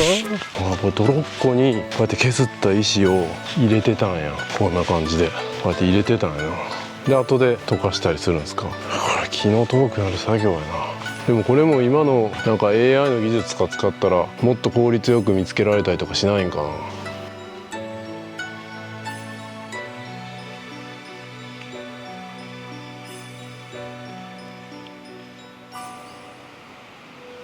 うっかりこの辺に金とか転がってないかな、ね、今やったらなんかほんと一塊でも相当な金額になりますからね。どんどん値段上がってる。金買って備えたいですね、これからの未来に。あー涼しい。天然のクーラーや。涼しい。これ実際作業する時もこうやって涼しいんだったら、まあそれはまあ唯一マシなところですよね。これもなんかめっちゃ暑いしみたいな感じの最悪じゃないですか。屋根引く。いやーすごいことですね。こんなの穴掘って作っていくとか、なんか根性というかなんというか、すごいっすよ。やっぱそれだけ国を挙げてこうやって掘っていくことが大事だったんでしょうね。金は未だにね価値を持ち続けてますし、価値もどんどん上がってますし、すごいことですよ。さあ終わりました。もう一つのねルートは皆さんの目でお確かめください。純金のカードとか売ってる。値段やっぱ上がってんな。この金の価格も皆さんが動画見る頃にはもう3万円とかなってるかもしれないですね。なんというお土産や。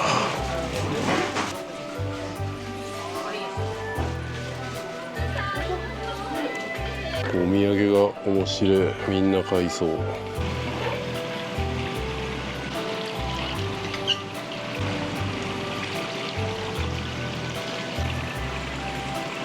金箔入りアイスコーヒーとか金箔コーヒーとか金箔ソフトクリームとかもあるんや。金沢を思い出すな。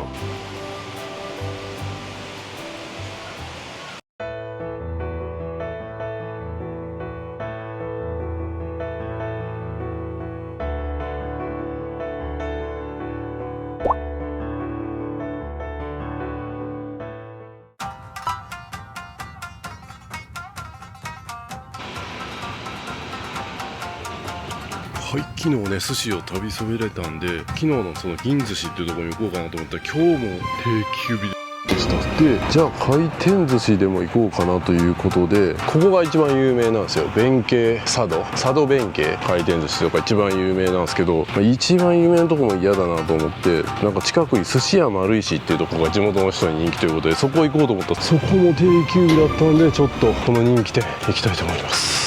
はい、今1時9分ですけど2組待ちでしたね。まあありなんじゃないですか。佐渡弁慶グループみたいなのがあるんですね。いろいろお品書きはこんな感じになってますけど、結構リーズナブルそうでもないか。まあちょっといい回転寿司って感じの値段。のどぐろ550円。でもね、結構安いかもしれないね。運転があるんで飲めませんが、こんな感じですね。こんな感じで紙に書くスタイルなんですね。本日の佐渡さんって書いてますね。これで頼もう。ちょっと頼みすぎたか。でもなんか全部欲しい。全部欲しいってやつですね。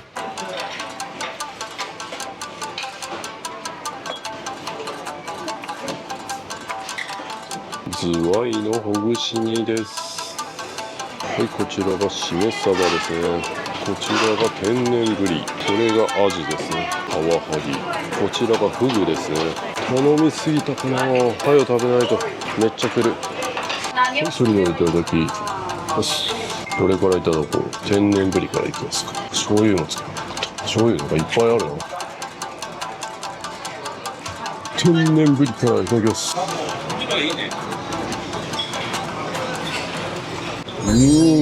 昨日食べたところの天然ぶりと全然違う。歯応えもある。わさびもいい感じで効いててうまいね。ほんまに昨日食べたやつブリやったのか。うまい。で次はアジいただきます。う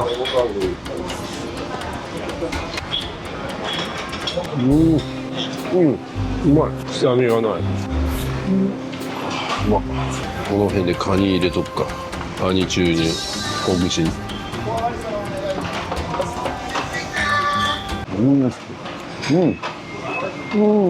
ょっとこれはちょっと冷凍感が、冷凍から解凍した感じがあって、もうちょっと時間かけて解凍してほしかった感じします。でフグですね。フグとか能登半島とかね、下関とかそういうところで食べますけど、いただきます。うまいな。歯応えもうまっ。これはうまいな。フグうまいと。でカワハギですね。いただきます。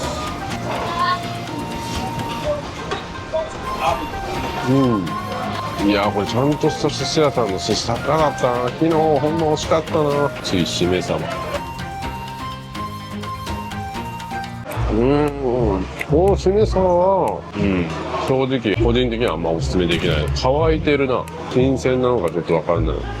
天然ぶりはめちゃ美味しかったですね。天然ぶりとフグ、カワハギあたりはおすすめですね。アジも良かったんです。しめ鯖はちょっと微妙だな。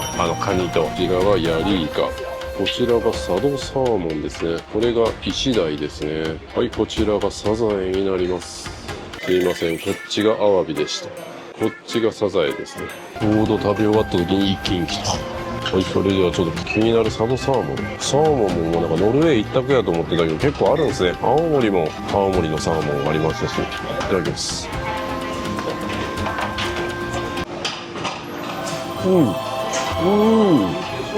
ノルウェーサーモンに比べてすごい。でもノルウェーサーモンって全然遜色ないですね。逆にこっちの方がなんか新鮮な感じあるから、純粋なサーモンを感じしめてる感じ。純粋なサーモンが何か分からんけど、なんか純粋っぽい。こういう感じ。うまい、これは。さあ、ヤリイカですね。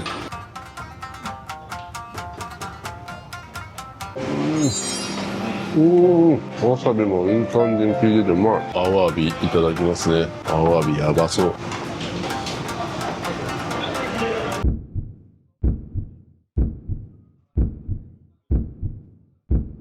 まい。歯応え素晴らしい。アワビはいいっすね。まあ多分ゴールドな入れ物なんで高そうですけどね。多分高かったと思う。550円皿でした。値段見ずに頼むとか成長しましたね。じゃあイシダイいただきます。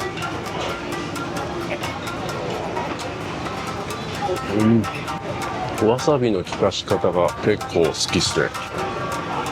淡白で美味しい。はい、そうそう、サザエさん。サザエですね。サザエさんいただきます。サザエさんってさん付けするだけなんかちょっとニュアンス変わっちゃいます。いただきます。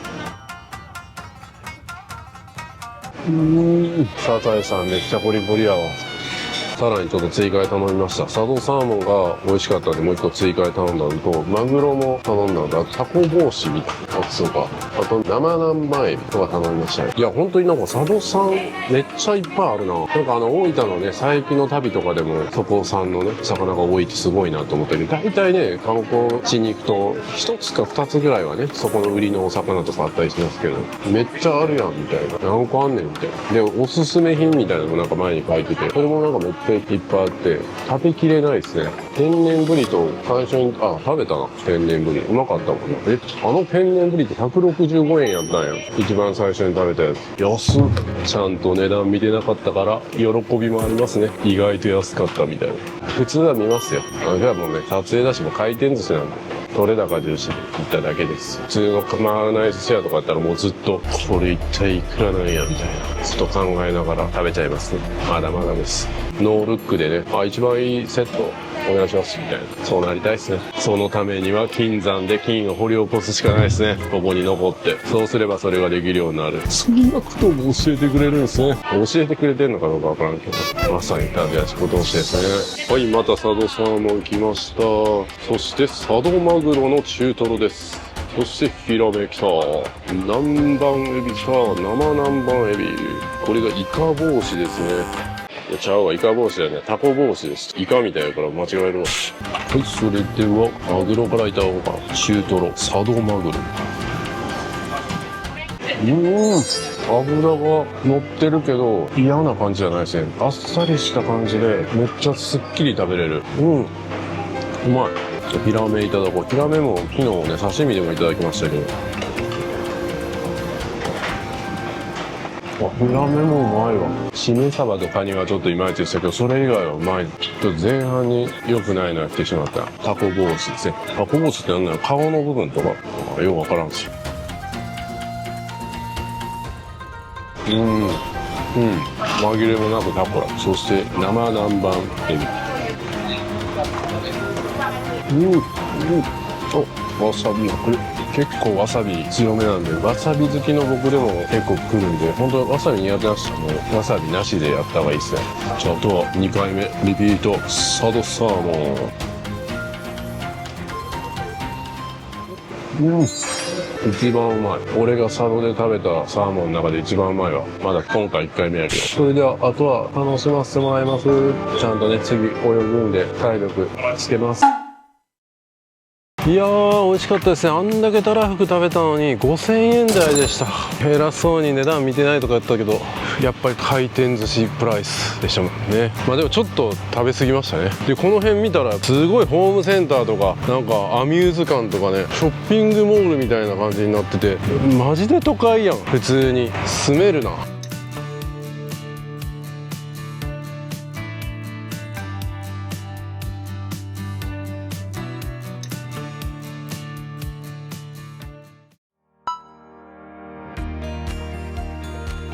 はい、なんて呼ぶんかわかんないですけど、なんとか場海水浴場、かなり穴場っぽいです。地元の人しか知らないような。でもちゃんとシャワーとかトイレも用意されてて、で今1人泳いでますね。聞いてみようかな、どっかいいとこあったかみたいな。で、あちら側になんか釣りしてる人がいるんかな。はい、もう先客が来てて、車が2台しか止めれなさそうなスペースに1台バックからこう入って止めて、ちょうど、今回フリード借りてたんでめちゃめちゃ広げて準備しやすい感じですね。でも全部持ってきてるんで、これで泳ぎたいと思います。こっち側はいなかった。じゃああっちの方がいい。水はめっちゃ綺麗なんですよ。ありがとうございます。参考になります。そうですね。その岬越えてちょっとあっちの方行くと流れがあってお魚多いんです。あ、そうなんですか。あっちに行ったらいいって感じですか。こんなにでもまだ南部だともっと赤泊の方行った方が。あ、そうなんですか。赤泊っていうところがいいんですか。サンライズ城下浜っていうビーチがあるんですけど、はい、そこ行くとペトラがこうバーッとあって、はい、そこのペトラの回ったところによく石鯛が外側についてるのがあって、サンゴとかはないですか。ないですね。こっちもない。こっちもない。そうなんですね。なんか撮影とかできてるんですか。僕は撮影で。はい、います。これは一人なんで。暑かったんで泳ぐかなって。寒いっすよね、今日。いやー、でも海入ってくると足っすか、今日入ったけど思ったより寒くて、もう30分ぐらいで。ああ、そうなんですか。ありがとうございます。ここじゃない方がいいんかな。さあ行きます。結構冷たいぞ。行くか。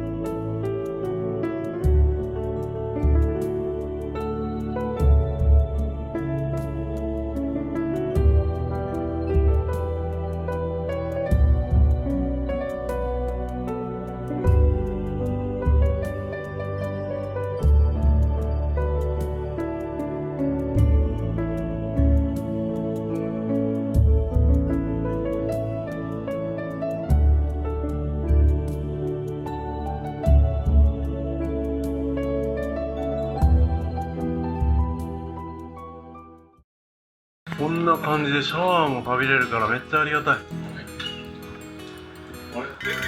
水出ない。あ、でも地元の人なんかやってたけど、なんか元栓があるんだな。はい。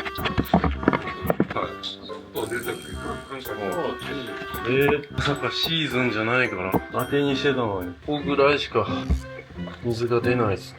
しかもなんかもう、ほぼタンクに溜まってる水だけみたいな。でもさっき地元の人浴びてたような気がしてないけど。いやー、泳いできました。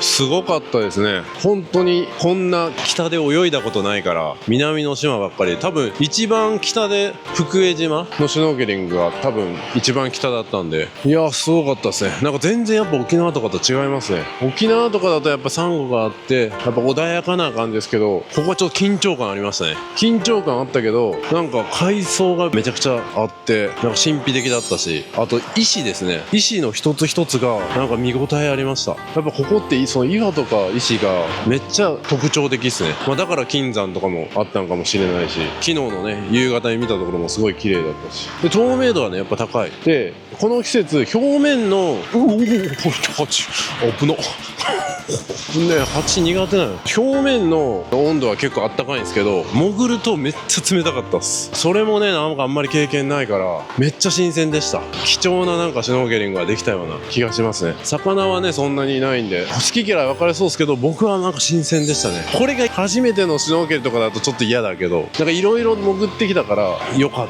た、感動した。いいっすね。泳いでよかったと思います。勉強になりました。最高。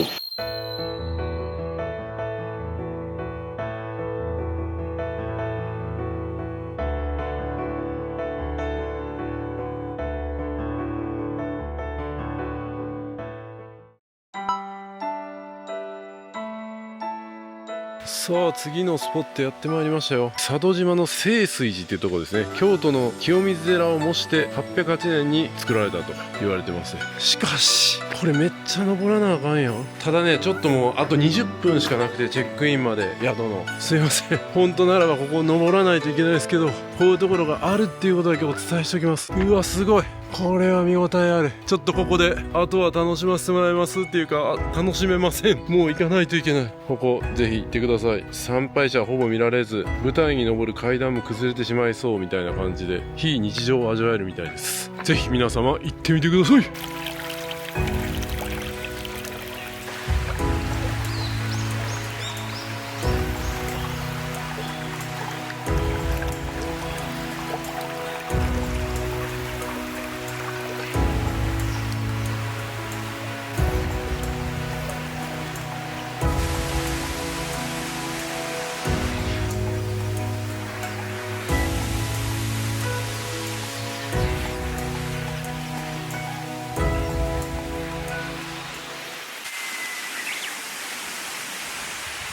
いやー本当にねちょっと宿のチェックインが早い問題ありますね。どこもなんか5時までにチェックインしろみたいな感じで言われるんで、予定をねちゃんとチェックインしてから回れるみたいな位置にするのがいいと思いますね。そこ要注意です。しかしアジサイ多いな。こんなところでアジサイが綺麗に咲いてる。流行ってるんか。それでは宿のチェックイン向かいたいけど、ちょうど5時や。到着予定が。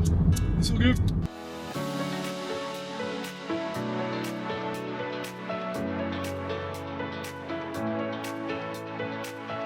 いやー、田園風景忙しいじゃねえな。美しいな。忙しくはねえな。忙しいか。今米問題やもんな。関係ねえか。素晴らしい。これも見どころの一つですね。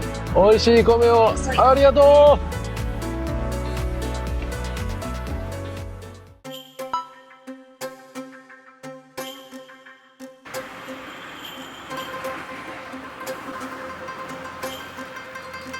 はい、やってまいりました。今日宿泊するのは南旅館というところで、温泉もついててご飯もここで食べる感じになってます。すごい。はい、あそこのコーヒーとかも飲み放題ですね。で、お酒の飲み比べは500円払ったらできるみたいですね。3種類試飲なんで、に一つずつ。はいはいはいはい。で、あれは大浴場みたいな感じです。今もう使ってるんですか？もう入れますよ。ちょっと特別に撮らせてもらいます。はい。いいですね。これ温泉なんですか？すごい。ちょっと熱い。いいっすね。めっちゃいいじゃないですか。これはいいわ。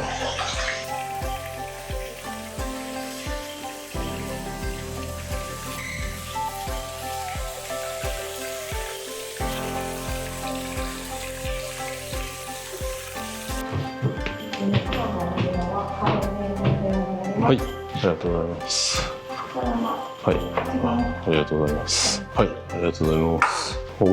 いい感じ。ありがとうございます。今ね、暑いからなかなか見えないんですけど、こっちの山見えますよね、こう田んぼの。あの辺にちょうどトキの巣があって、そうなんですか。来たり来たりしているのが見れる時間があるんですよ。トキ見たかっちょっと暑いから。た。暑いとトキ見れないですか。トキ見たいな。ちょうど夕日もこういう感じ。そう。だからこっちちょっと西日が暑いんで、エアコンつけてた方が。はい、ありがとうございます。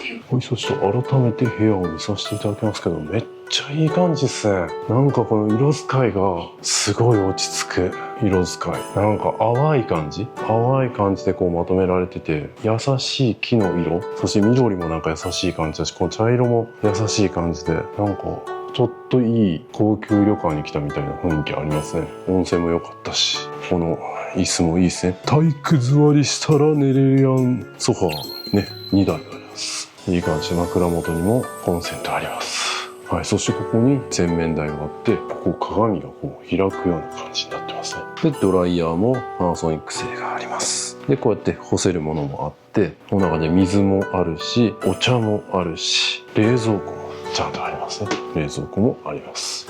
そしてこちらにはセキュリティボックスある感じですね。で、大きめのテレビや空気清浄機もあります。はい、こんな感じですね。はい、そして浴衣なんかもあります。はい、そしてこちらにトイレがあって、トイレも奥行きがすごいですけど、めっちゃ清潔ですね。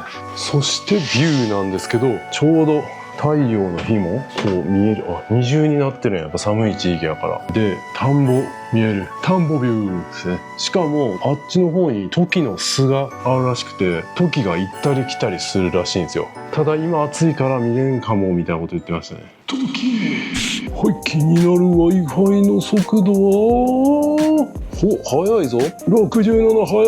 アップロードはどうなんや。来たか。来た47。悪くない。仕事もできます。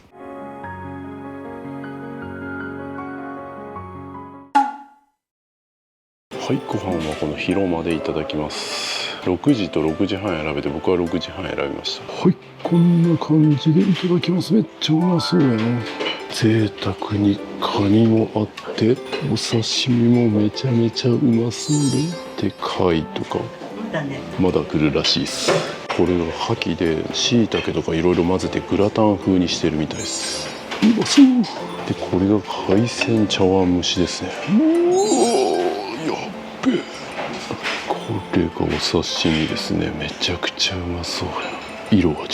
平正ね、平正なんやあれ。向こうにあったのが平正、それからメジマグロ、ヒラメ、それからあと甘エビ。これ甘エビなんですね。ありがとうございます。これ赤ガレー、そしてこれがカニですね。これが紅ズワイガニ、丸々1匹。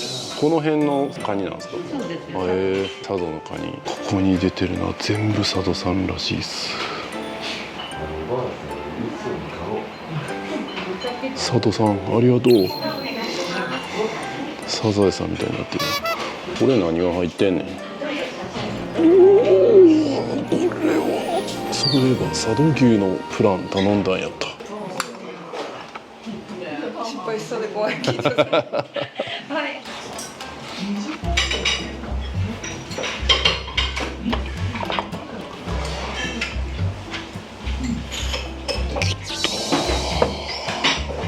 天才的。さあ、これで全部で最高。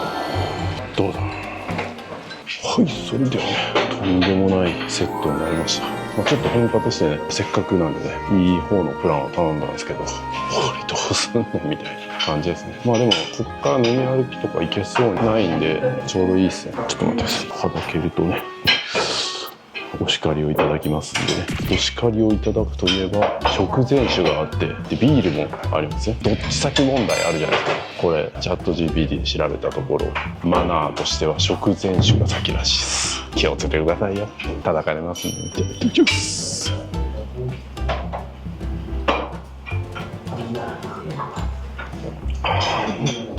わ梅酒ですね。茶道梅酒も作ってるっていう情報を昨日見たんで最高。そして大本命いただきます。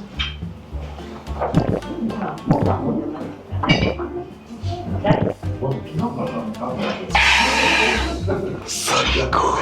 長距離運転したし海も泳いだんでね、じゃああとは楽しませてもらいますで終わりたいところですけど、それじゃあ皆さん納得しませんよね。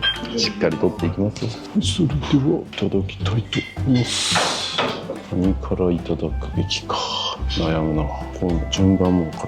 このなんか真ん中に前菜っぽいやつ、なんかナッツみたいな感じ。これからいってみようか。ナッツみたいなうまいな。ほんのりエビが。これビール頼んだけどいきなり日本酒でもよかったみたいなラインナップやな。もずくいただこう。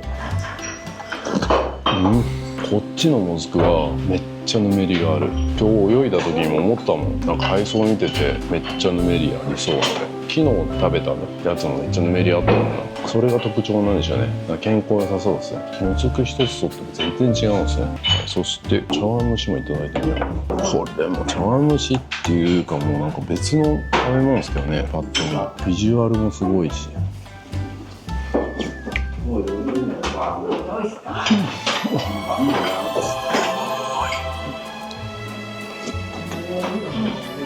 エビも入ってる。これやばいな。みんな食事終わってあと外国人しかちょっといないけど、このペースで食べてたら完全にやばい。こ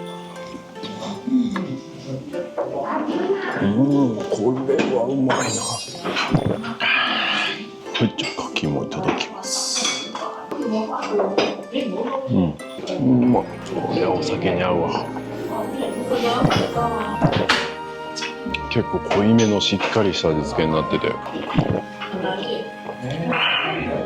いろいろね、なんかもう話しかけてくれるんですよ。ご飯冷たくなってませんかとかね、そういう気遣いも素晴らしい。いや、このご飯つけても僕がよく紹介してるその高級旅館よりは安いんですよ。でもこの料理の味はそれを超えるレベル。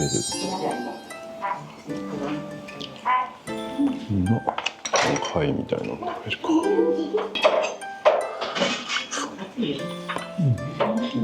よし、ビール飲み干して日本酒に行きます。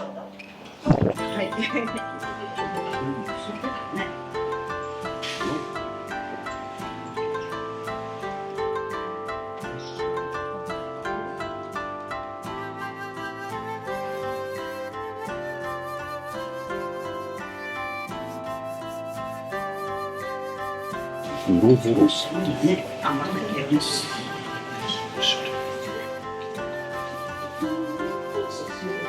はい、それではね、お刺身食べて日本酒合わせていきたいと思います。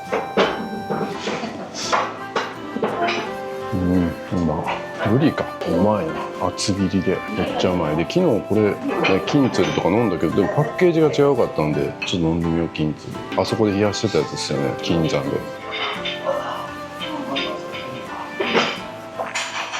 お、キレがあるな。昨日よりキレがあるかも。最高。そしてこれがヒラメかな。だいぶ分かってきたんちゃう？甘さもあってうまい。そしてこれがマノツルなんかでしたね。遡ってください。こっちの方がまろやかですね。キレもあるけどまろやか。飲みやすいな。で、これがなんか洒落たやつでしたね。呼び方も難しいやつ。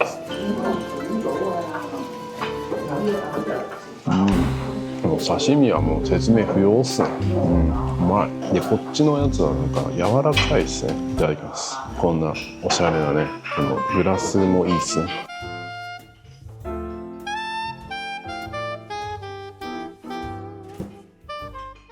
まい。フルーティーだけどキレがある。最近流行りの日本酒って感じ。でもなんか後味すっきりな感じですね。うまいな。やっぱね、あと3つあるんで、あと3つも試しますよ。これほんと珍しいお酒なんですか？これもめちゃくちゃ珍しいみたいです。つまみいらずで飲める。あ、そうなんですか。ああ、もうお酒だけでいけるみたいな。ああ、なるほど。タイムマシーンって書いてますね。ウロボロス。飲んでみました。いや、今から飲もうと思って説明してたら何だったっけと思って、ウロボロスは古代ギリシャの伝説に由来する再生の象徴ですね。もろみに長い歳月を経た熟成酒を加え、違う味わいで蘇らせる意味を込めてシンボルをウロボロスにしました。ウロボロスなんかゲームとかに出てくるな、ボスとかで、ウロボロスからいただくか。もうここまでウロボロス食べて飲まんのかいみたいな話になったらあるなといただきます。ウロボロス。めっちゃうまい。これ確かに本当にこれだけで飲みたい。これ飲みながらなんかテレビとか見たい。モーニングチャンネルみたい。確かにこれだけでいける。これ買って帰りたいな。めっちゃうまいわこれ。あればラッキーって言ってたもんな。こんな美味しい日本酒あるんや。これはちょっと僕の飲んだ日本酒ランキングベスト3に入るぐらいうまいぞ。うましやですね。じゃあこっちの魚と合わせるか。こっちの魚とちょっと北節は飲んだからこっち飲むか。こっち何やったっけ。赤鬼です。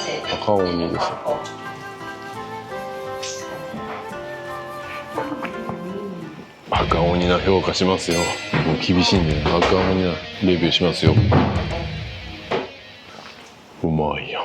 キレがある。赤鬼っぽい。やっぱ本当にね、さっきのこのウロボロスはこれだけで飲めるって言ったけど、確かに料理に合わせると美味しいですよね、日本酒って。それがなんかこっちは本当にこれだけで飲めるみたいな。料理いらないみたいな。ダイエットしてる人もいいかもしれないですね。ほんまにいいんかわからんけど。で、カニと合わせたいな。カニいっちゃうか。爪いっちゃうか。よっしゃー。爪いった。これ結構なんか身がごっそり出てくるみたいな感じではなさそうやね。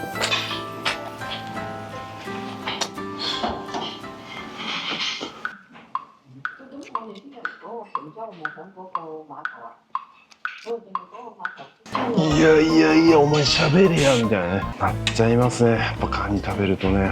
いや味うまいです。味うまいけど結構こうほじくい出さないと食べれない系かも。だから余計に黙っちゃいますね。やばいなこれ。食べ終わるのに20時間ぐらいかかりそう。ちょっとあと1個お酒ある。そうカニとこの日本酒合わせようと思ってカニ食べたい。それすら忘れますね。カニに北節。うまいわ。最高すぎる。ちょっとあとメインイベント肉が残ってます。これ卵でいただくんですね。卵を溶いて、で卵を溶くってやっぱ習慣が今来てる外国人の人はないから教えてましたね。僕らはもう当たり前ですけどね。生卵かと思ったら温泉卵ですね。温泉卵やった。なかなかおつっすね。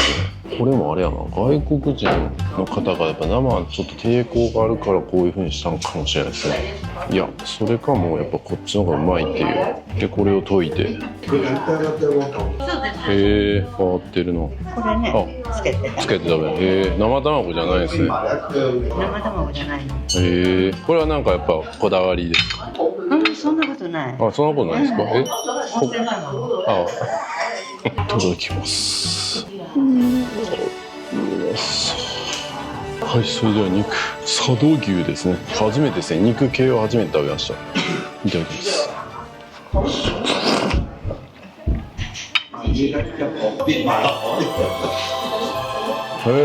なるほどな。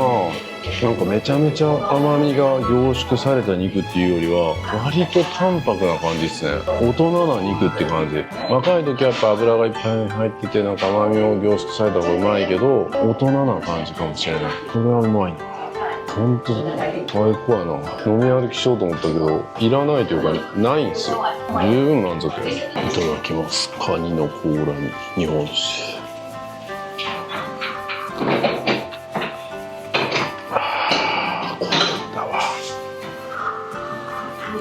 最高。はい、味噌汁とご飯がついてきました。はい、じゃあ味噌汁いただきます。濃厚やな。そして米。新潟といえば米。佐渡でも米作ってるんですよ。島で米作ってるってあんまり見ないですね。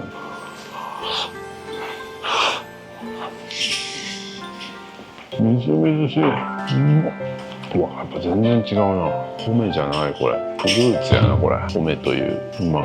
ビワとメロンといただきますメロン。佐渡メロン。うまっ。満足度高い。僕今気が付いたんですけど、この周り何にもないんですよマジで。飲み歩きすらできないみたいな。コンビニもないしみたいな。だから今まだ8時16分なんですけど、もう部屋でゆっくりくつろぐか温泉入るかしかもやることないんですよ。だから今回のね佐渡の旅ってもうめっちゃ移動も多かったし、もう本当に時間に追われながらずっとできるだけいろんなとこ行けるように撮ってたんですけど、ここに来て強制的にゆっくりさせていただけるんですね。走ってばっかりでもダメだぞと。やることがないですね。コンビニとかがねあったらやっぱなんか佐渡のものをコンビニで買って、それをまた佐渡ポテトチップスみたいな紹介しちゃうじゃない。ついつい僕の場合もう何もできない。真っ暗やから時も探せないみたいな。だから明日早起きして時見るみたいな。これビワやと思ったけどビワじゃない。何これ。ビワじゃないの。なんか違う？ちょっとこれ最初ビワやと思ったけどちょっとなんか違う。ちょっと食べてみようかなそのまま。ビワやん。ビワだわ。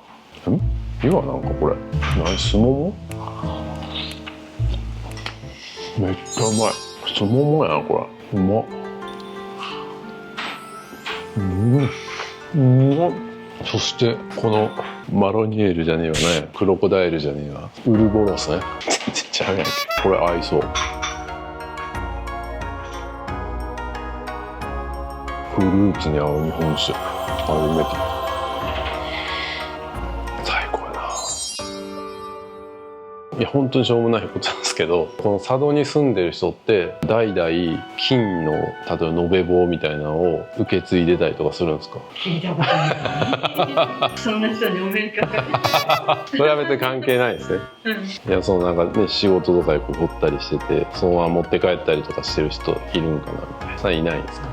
仕事としてやってる人は多かったみたいな感じですか？昔は。昔はそうかも。昔その金山で働いてた人はもういないんですか？この佐渡には。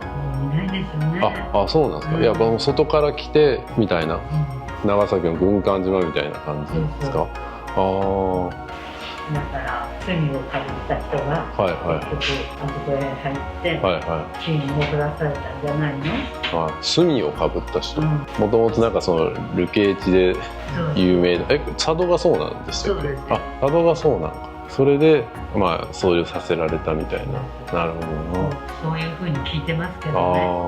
実際はそうだから分からんのね。いろんなことがあるんですね。なるほどな。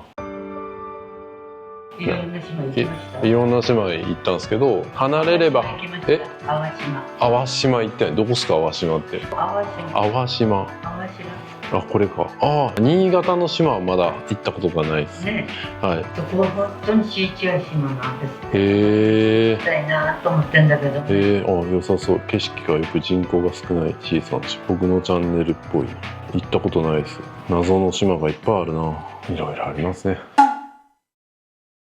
はい、それではちょっとだけ外に出てきました。ちょっと波の音が聞こえるな。もう本当に何にもないんで、自販機が宿のね敷地内に置いてくださってる。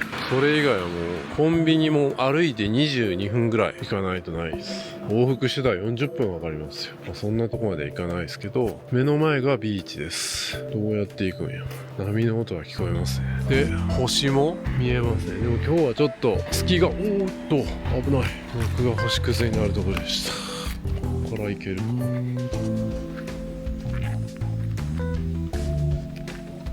めっちゃ真っ暗やな。何も見えん。ライト大丈夫かな。行けん時とかおらんやろな。これどうやって渡るの？どういうことこれ。ここから行ってええんか。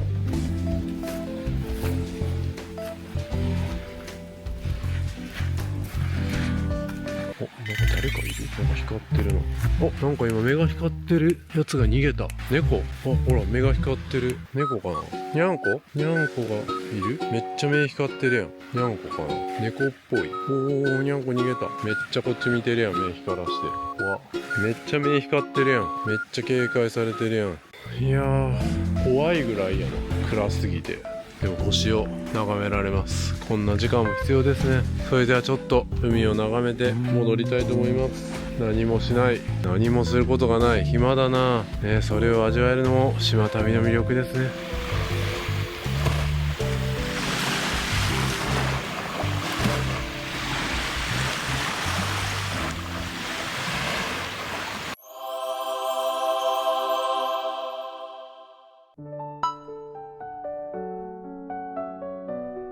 はい、おはようございます。今朝の4時10分ぐらいですね。昨日ね、ちょうど夜帰った時にこの宿の人に朝焼けがすごく綺麗にこの海から見れるんですよって聞いて、それを聞いてしまったもんだからもうそんなん取りに行かないといけないよみたいな感じになって早起きしました。昨日なんやかんやね、ゆっくり何もやることなかったんでゆっくり寝たんで朝日見に行きたいと思います。ただこれどこ通ったらいいんや。通りやすそうなところから通りたいけど全部罠みたいな感じやな。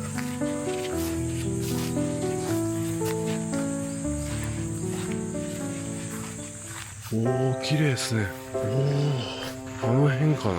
あの辺から映りそうですね。ちょっと今からタイムラプスとか準備したいと思います。いやー、心が洗われるような穏やかな海ですね。日本海だから荒々しいのかなと思ったらめちゃめちゃ綺麗ですね。湖みたい。昨日もそうでしたけど朝はなんか雲が多めですね。でなんかだんだん昼にかけて雲がなくなっていくみたいな、そんな感じが多いですね。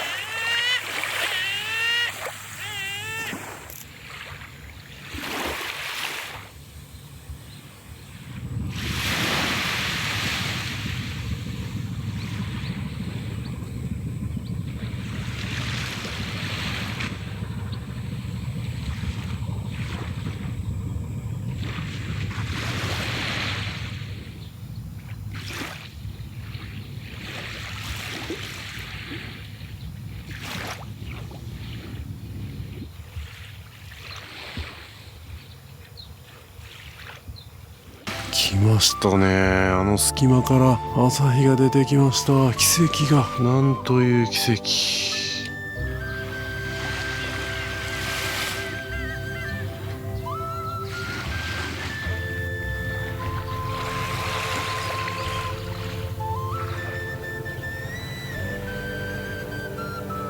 はい、午前中はねちょっと雲が多いみたいです。10時ぐらいから晴れそうなんですけど、その影響もあって朝日はまだ見えませんね。ただやっぱこの穏やかな海と漁に出て行ってるような船が見れたりとか、鳥の鳴き声とかね聞いてると、決してその朝日が見えなかったから何のために起きたんやみたいな、そんな感じではないですね。だんだん焼けてきてる感じするし、それもいい感じで、この色とかめっちゃいいですね。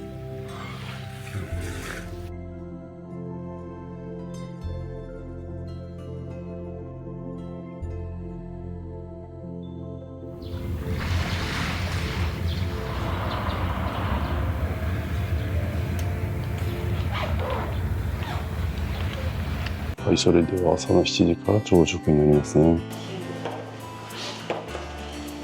はい、朝食はこんな感じになってまして、めちゃめちゃ豪華ですね。はい。でこれで卵を焼くんですか？はい、バターが溶けたらね、卵をね、目玉焼きでもスクランブルでも構いません。なるほど。はい。でこれがイゴネリ。これイゴネリ。海藻を練ったもの。はい。ここの名物です。そうです。このままだと味ないんで、これも醤油をかけてください。はい。でこのやっこですね。これは梅だれがかかってます。そこに柚子胡椒、みょうがですね。はい。これがふりかけですね。これご飯に。これはね、梅としらすとごまが入ってるふりかけです。佐渡の鮭。ヨーグルトも佐渡乳業のヨーグルト、すごい何でも作ってるんですね。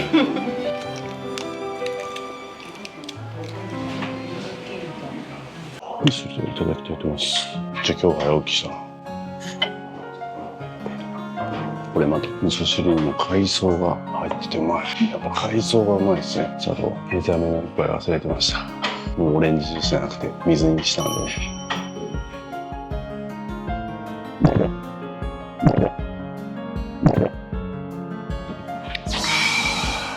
やっぱ水っすね。水もうまい気がするな。水もなんか湧き水みたいな場所あったもんな。今回立ち寄れてないけど湧き水スポットもあったんで、佐渡サーモンです。鮭もうまい。佐渡のものですかね、全部。結構この佐渡島って自給自足できてる島なんじゃない？そうやって自分たちで生きていかないといけないみたいな人が多かったんですかね。まあある種別の国みたいな感じでもあるもんな。こんだけ大きな島でちょっと離れてるから。イゴネリもうまい。イゴネリうまいな。一昨日食べたのとまた違うじゃん。目玉焼きを作るみたいな新鮮さ。卵、このやつ。あっという間なもんで、もう今日帰りますけど、まだ行きたいところが何か所かあります。まあ、有名な観光スポットもそうですし、なんといってもトキを見てないんでね、トキを見たいなというのと、昨日ね、ここの宿の方にお勧めいただいたスイーツ食べに行きたいと思います。まあいろいろ本当ありますね、バリエーションが。今回結構行けなかったとことか、しっかり見れてないとことかもあるんで、本当に来るたび違う観光スポットを回るっていうのもいいですね。本当に食だけ楽しむみたいな回り方してもいいし、絶景スポットだけね、回るみたいな回り方してもいいし、本当になんか泳ぐだけみたいなのもありやし、旅館巡りみたいなのもありだと思うし、楽しみ方は人それぞれですね。人生と一緒ですね。ありがとうございます。なんで佐渡のご飯は美味しいんですか？皆さん甘い。新潟やからですか、やっぱ。新潟ってご飯美味しいって有名じゃないですか。お水がね、美味しい。お酒も美味しい。いやだからこのお水もめっちゃ美味しいなと思ったんですけど、これもやっぱ。佐渡のお水美味しいって皆さん。いや美味しいなと思って。だからご飯も美味しいってこと。お酒も美味しい。お酒も美味しい。素晴らしい。やっぱ当たってましたね。水ソムリエなろうか。うまい思ったんですよ。で、そこにわさび海苔みたいなのがついてるんですけど、このわさび海苔がまたうまい。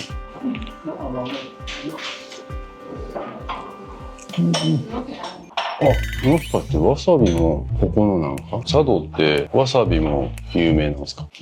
佐渡ではわさび。作ってないですよ。水きれいやのに。なるほど。滑り外れましたね。長野かどっか。やっぱ長野なんですね。わさびは長野っすね。そりゃそうっすね。何でもかんでも作るわけあらん。はい、それでは佐渡乳業ヨーグルト佐渡産いただきます。うまいや。めっちゃうまいわ。なんかちょっと口の中でザラザラしたような食感もあるし、でもなんか後味しつこくなくて、ヨーグルトじゃないみたいな感じ。ヨーグルト8割、プリン2割みたいな。昨日食べたプリンみたいな硬さが素晴らしいですね。中国の方もめっちゃ喜んでますね。全然言葉わからんけど、多分そんな気がする。外国人の方にも本当に多分言葉全然わからないはずやのに、スタッフの方がぴったりついてめっちゃ説明してるんですよ。そういうのも素晴らしいですね。なんかほったらかしじゃなくて、僕にももう何回もご飯おかわりしますとか、水飲みますみたいな。素晴らしいですね。ホスピタリティ素晴らしい。誰がだからオーナーなのかとか、ここの宿の人なのかわかんないんですよ。その宿の人なのかというか、アルバイトの人なのか、ここの持ち主なのかわかんない。みんななんかここの宿のオーナーなんじゃないかなみたいなマインドでやってるんです。素晴らしいっすよ。こういうところは強いっすよ。みんなこの旅館のことを愛してるみたいな、そういう感じがにじみ出てる。素晴らしいです。さあ、食後にね、コーヒー飲みましょうかね。無料で飲めるんで。全部切らしてる。今日団体客がいたから、すげえ。その代わりなんか紅茶があるみたいです。なんとスリランカの紅茶ですね。思い出しません？スリランカの動画見てますか？最高傑作ですよ。いただきます。スリランカの紅茶。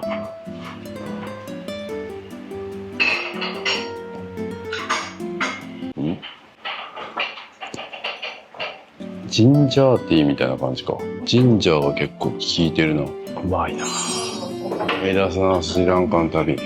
あのお兄ちゃん元気かな。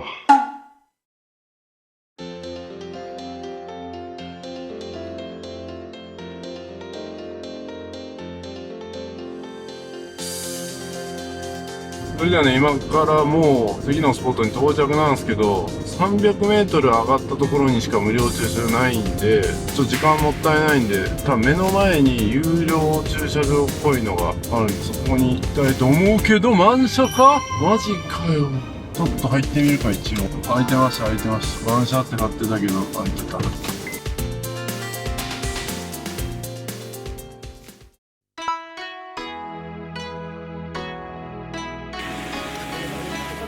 街並み協力金100円。上の駐車場、あれはまた違うんですか？一応メインはね、はい、ここなのよ。っていうのはここ集落の方の駐車場なんで、ちょっと私たちもアイクと多少誘導するんだけど、だから今車にちょっと非常駐車から開けとかなきゃいけない。なるほどなるほど。それで今誘導したのよ。だから基本は上なのよ。でもどっちにしろ駐車場代金いただいておりません。あ、そうなんですね。でこれ持ってね。ありがとうございます。じゃあこれだけ、ありがとうございます。はい、協力金。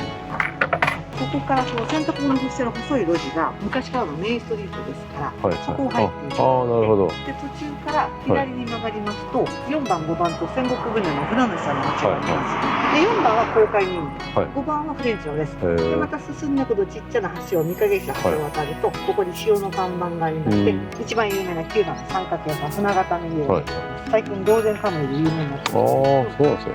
またもうちょっと奥まで行くとね、お寺と神社があって、この戻ってきて三角形の反対側歩いてくると一周して帰ってくる。なるほど。歩くだけなら大体15分から20分くらいです。わかりました。一応ちっちゃな集落ですけど、江戸時代の後半には戦国船の船主さんが11軒いたので、一応たどり着かれ持ちになったんですよ。でも保存地区で一生懸命保存してると。だから昔の屋根の不便とかね。どういう地域やったんですか、ここ。ちょっとすみません、僕全く知識なくて来たんですけど。昔ね、こんな感じよ。そこの入り江にこの戦国船こういうふうにね、これ入ってたから。戦国船。これでさ、江戸時代に東北の船を大阪とか江戸に運ぶために、馬を乗り継いで大変だから、船のルートができたわけ。それが最終的には北海道から日本海を下って、瀬戸内海に入って大阪行くわけ。で、その船をこの集落が持ってて、で、船主さん、船大工さん、船員さんたちがいたんで、だから船大工さんたちはここはもともと造船所だから。ああ、そういうこと。あ、戦国船ってそういう字なんですね。戦うじゃないですね。ちなみにもうちょっと教えておくと、この戦国って何って話だよ。一国ってさ、国だからって言うじゃん、江戸時代。米で税金払うとったんですよ。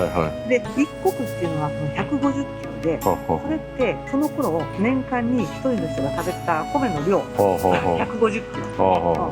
だから戦国船のことは150かける単純に1000なの。1000人分の米を運ぶ船みたいな。でも300国の船もあれば1000国の船もいろいろあったんだけど、そういう産業で栄えた州。なるほどね。どちらからお越しですか？神戸から来ました。神戸はちょっとおしゃれなんです。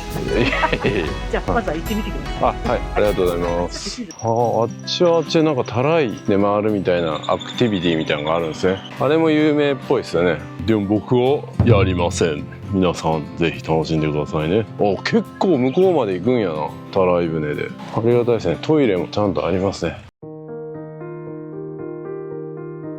はい、それでは入っていきたいと思います。なかなか見応えのある雰囲気ですね。普通に住んでるんよ、ここ。見応えありますね。やっぱ佐渡は茶色の家が多いですね。この辺はなんかもう日陰になってて気持ちいいですね。で、このなんかコンクリートもいい感じ。でも宅急便ある。面白いですね。街並みモデル施設、公開民家とかもあるんですね。でこの宿根木っていうのは新潟県佐渡島の南西部にある小さな港町で、江戸時代から明治時代にかけて船大工の集落として栄えた歴史的な街並み保存地区ですと。約100棟の木造家屋が密集した独特の景観が残っていると。重要伝統的建造物群保存地区にも選定されていますと。宿根木は北前船の寄港地として栄え、優れた船大工が多く住んでいた集落と。家の造りにも船の技術が使われており、木組みや曲線美が特徴的と。なるほどな、綺麗にしてますね。なんか街並みモデル施設、なんかこんな感じ。これは郵便局みたいですね。すごい看板が年金、保険、電信貯金、電話とか書いてる。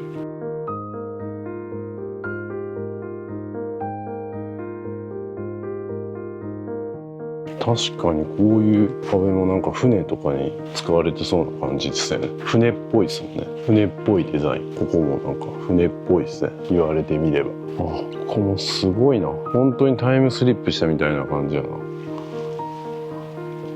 水も綺麗ですね。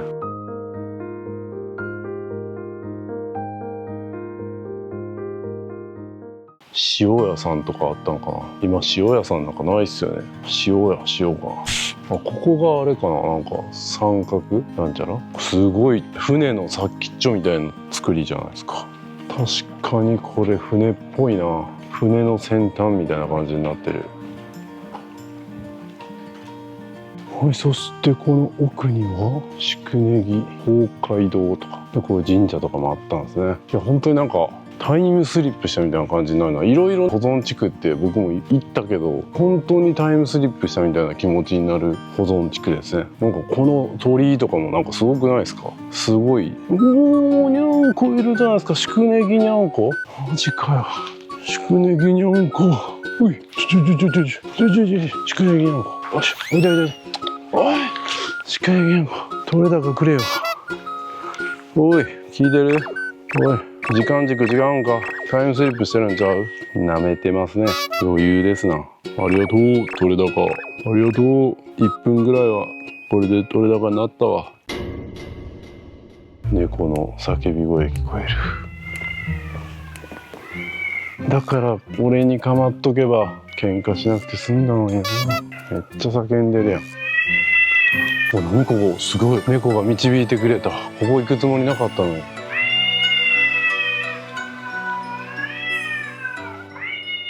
こらこらこらこら、どこで喧嘩してんねや。こらこらこら、やめとけやめとけやめとけって、やめとけやめとけ、危ないぞ、やめとけって、やめとけって、こんなとこで今撮ってるぞ。やめとけやめとけ。なんやかんや尻尾振ってるやん。飛びかかるやんと飛びかかってくれ。いつまでもこれ取るわけにいかんねん。さあ飛びかかるんか。早く。長いな。早く早く。全然尻尾も膨らんでないやんけ。ほんま怒ってないんやろ。尻尾振ってるし、ただのじゃれ合いか。早くしてくれんか。時間ないねん。よし、行け。全然無視や。集中力が違う。やっぱ何事もやるときはちゃんと集中しろっていうメッセージなんですかね。他に目を向けず一心不乱にそこに集中して結果出すみたいな、それを教えてくれてるんですかね。こんなこれ20時間ぐらいちょっと向かい合いそうなんで、ちょっとありがとう。取れ高あんま取れんかったと思って取れ高くれたよな。ありがとう。怪我せんようにな。さあもう猫の喧嘩には付き合ってられないので、すごいなこれ。おお、人がいた。びっくりした。ちょっとこっち渡るか。これはすごいな。なんかタイムスリップしたみたいな感じや。すごい。もうなんか手つかずな感じやな。鐘もそのまんまある。ここは正光寺っていうところなんですね。1349年開創と伝わる慈宗の古刹です。全然読み切りかなんかわからん。で大正12年1923年起きた火災を免れた門、ちょっとよくわかんないですね。建物で最も古いものですと書いてます。はい。いやー、正直よくある観光スポットでしょうぐらいな感じで思ってたけど、なかなか見応えあったな。見応えある対戦もありがとうな。まだやるんか？長くねえか？ちょっと結構喋ってたぞ。めっちゃ尻尾振ってるやん。ほんま仲いいんやろね。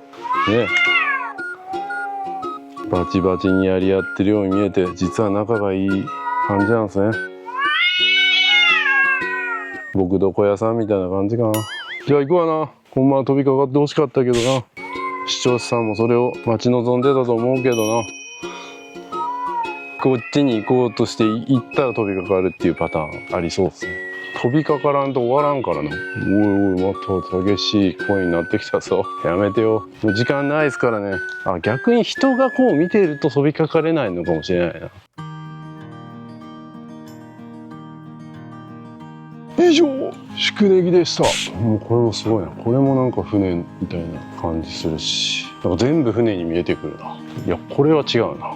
これは船には見える。ああ、この石もすごいな。なかなか見応えがある。素晴らしいですね、ここ。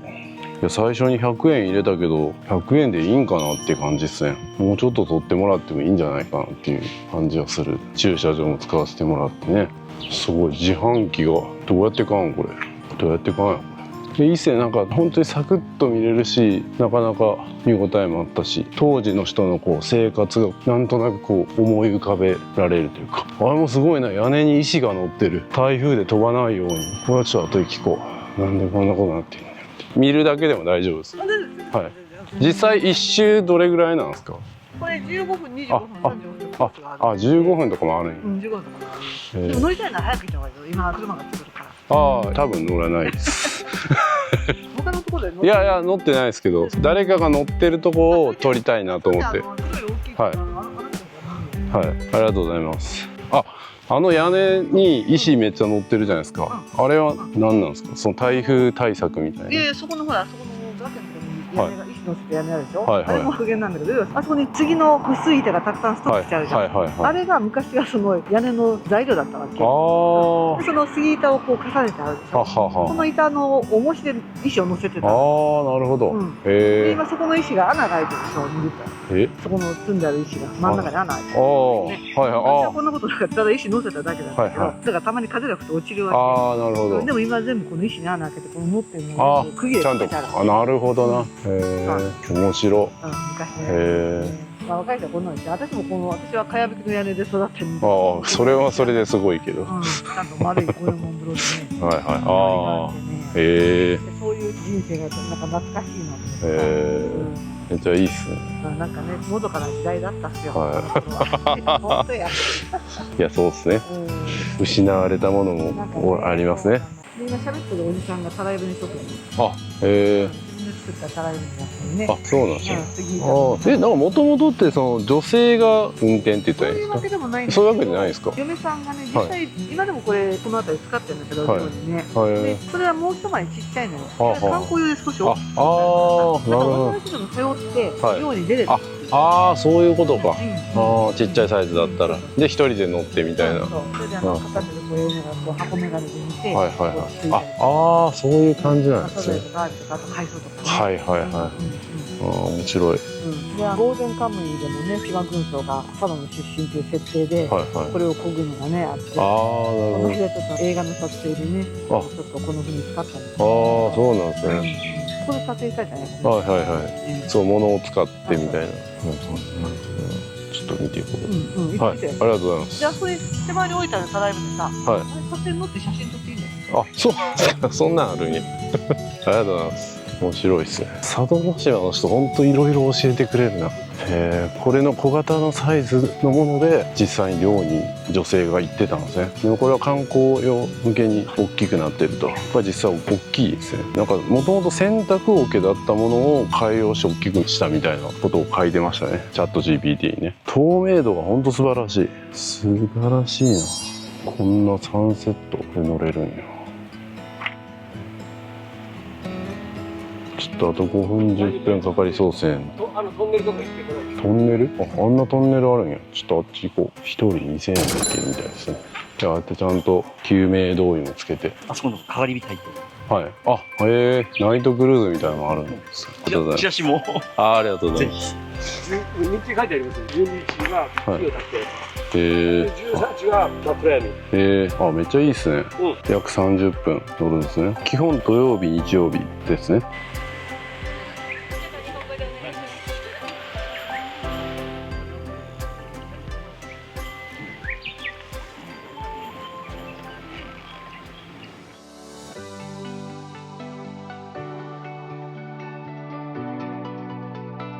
はい、これがトキロードになりますね。トキ見えるかな。トキっていうのは、イリオモテヤマネコとか、ツシマヤマネコとか、そのヤンバルクイナみたいに、絶滅危惧種みたいな感じではないかな。なんか、むしろ今、めっちゃ増えてるみたいなこと聞きました。だから割と見れるときは見れるみたいです。この田んぼとかに結構いるみたいな。でも今、ウミネコも、この田んぼにオタマジャクシを食べに来るということで、紛らわしいですね。見極められるか。顔が赤い鳥が、トキですね。すごいな、これ田んぼだらけや。いるかな、トキ。見つけたらすぐに撮影します。あそこなんか白いのがいて、車止まってるところそうな感じがしないでもない。ここにいるんだ。あとなんか暑いとトキ出てこないみたいなこと言ってた。今暑そうやのかな。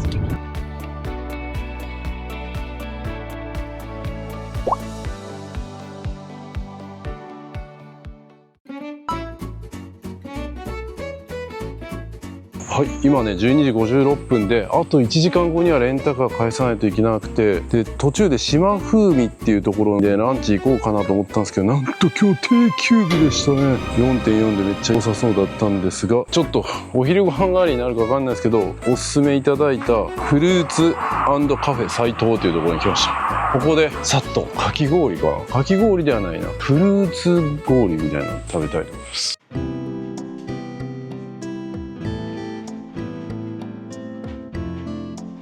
トキ見れた。トキいた。これうまそう。かき氷じゃなくていちご削りですからね。すごい。越後姫っていういちご。越後素晴らしい。アップルパイきた。うまそう。はい、まずこちらいただきたいと思います。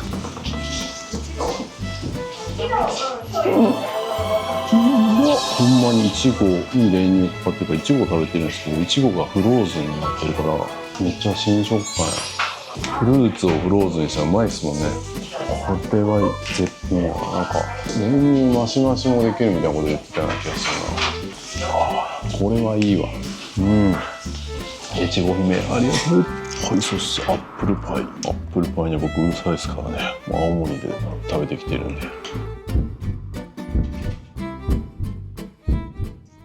うまい。ゴロゴロ感あるリンゴの。土日限定で塩むすびとか柏カレーとかあったんや。でも今日火曜日やからないっすね。ランチのお菓子だから食べたかったけどな。ちょっと教えてほしいんですけど、トキを見たくて時の森公園っていうとこ行ったらすぐ見れるんですか？もうそれはもうすぐ見れる感じですか？飼育されてる。野生は暑いとあんまり食えない。夏場ですか？日中はじゃあ公園にちょっと見に行きます。はい。じゃあ追い練乳お願いします。追い練乳夢ありますね。ちっちゃい頃に練乳チューブごと食べた経験あるでしょ皆さん。僕もそれで親に怒られました。病気のあるでね。でもここだけですからね。追い練乳無料でしてくれる。無料だよな。うまい。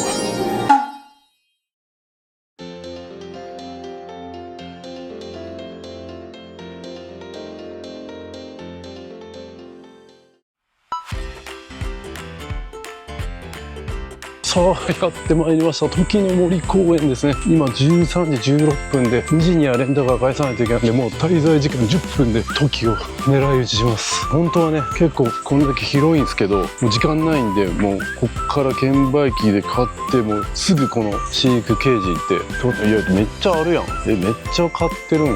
でバスでも行けますね。なんと地坊さん枝豆ソフトクリームとかあるやん。これちょっと気になるな。ちょっと帰り買うか。あ、そう券売機ある。はい、これで行きます。あ、持っていいですか。そう急げ。よし、時日の誕生、ひなまで見れるの。とりあえずリアル時みたいな時。左、飼育ゲージ左。意外と広いやんけ。すぐ見て帰りたいのに。意外と広いぞ。マジかよ。まだか。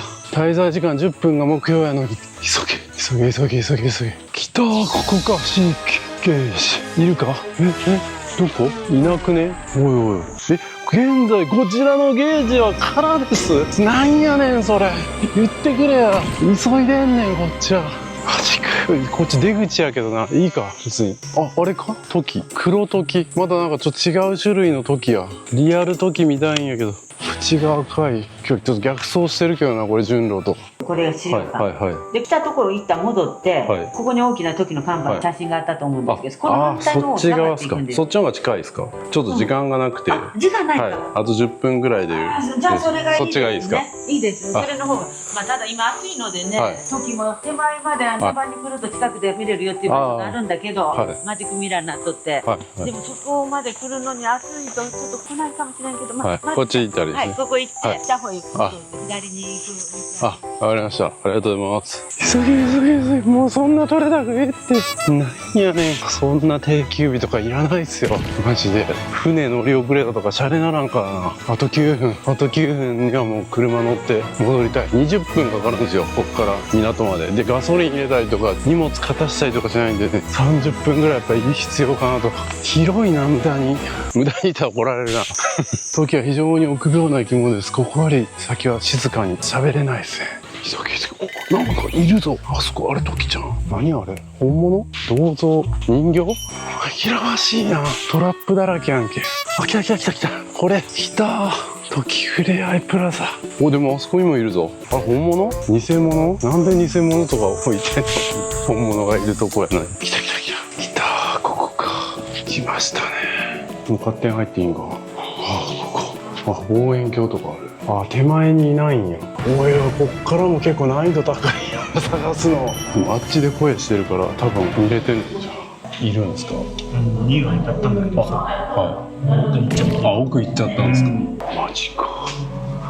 なんか2階もあるらしくて、そっちだと見下ろせるらしいですか。あと5分です。やばい。マジかよ。見える。どこだ。来たぞ。2羽いる。います。います。いた下ね。来た。こっち来てる。3羽いるな。来た。網が邪魔やな。あそこにもいる。水のとこにもいますね。水飲んでる。以上、時でした。来た。目の前に来てくれる。こっち来てくれる。最後の取れ高。来た。こっち目の前に来たんじゃん。来た。目の前にいる。来た。最後にありがとう取れ高。奇跡が起きた。なんという取れ高。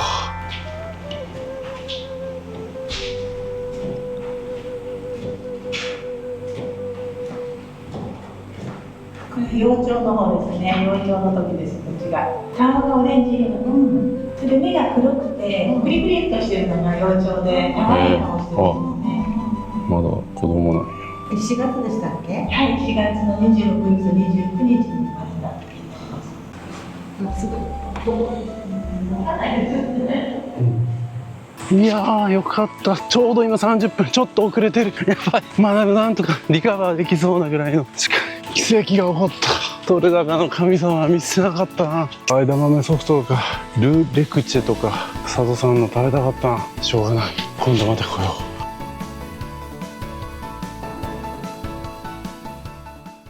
う。はい、ジャスト2時に返し終わりました。完璧なプランニングでしたね。さあ、それでは船の方に向かいたいと思います。いやー、2泊3日マジであっという間というか、足りないな。3泊いるな、これ。これどっから登ってん？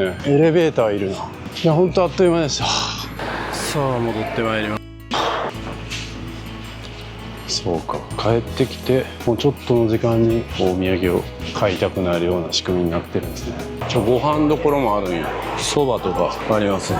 いろいろあるな。ルーレクチェとかいちご姫アイスクリームとか、そしてなんか桃太郎なのにいちご味だけどリンゴ果汁っていうものとか、なんか泡根団子とか、まだまだ食べ尽くしないのいっぱいあるな。このなんか有名なカステラサンドっていうのと佐渡牛乳、そしてちゃんとうまそうなフルーツサンド買いました。これも多分地元の方が作ったやつで、これいただきたいと思います。はい、それではこれいただきたいと思います。一番売れるって言ってましたね。はい、もう船の乗船時間になってるんで早くやっちゃいます。これですね、カステラサンド T シャツとかもありますよね。いただきます。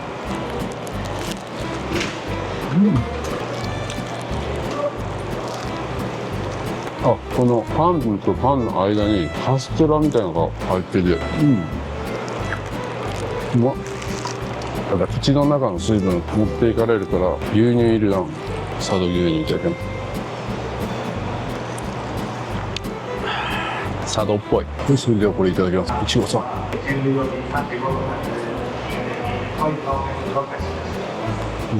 みずみずしくてうまっ。うまっ。これは絶品やわ。いただきます。みずみずしい。これもうまいわ。フルーツサンド帰り買うのおすすめ。さあ、あっという間に乗船時間です。2時30分。結構搭乗券発売中ってなってるけど、ほぼ満席やったけどな。席取れなかったんですよ。窓側とか全く書いてなかった。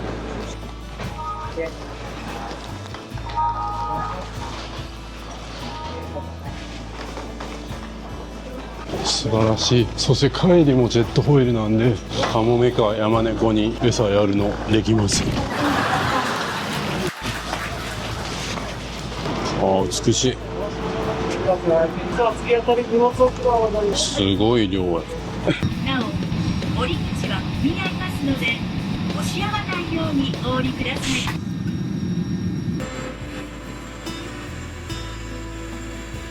まもなく新潟港お忘れ物のないよう、今一度。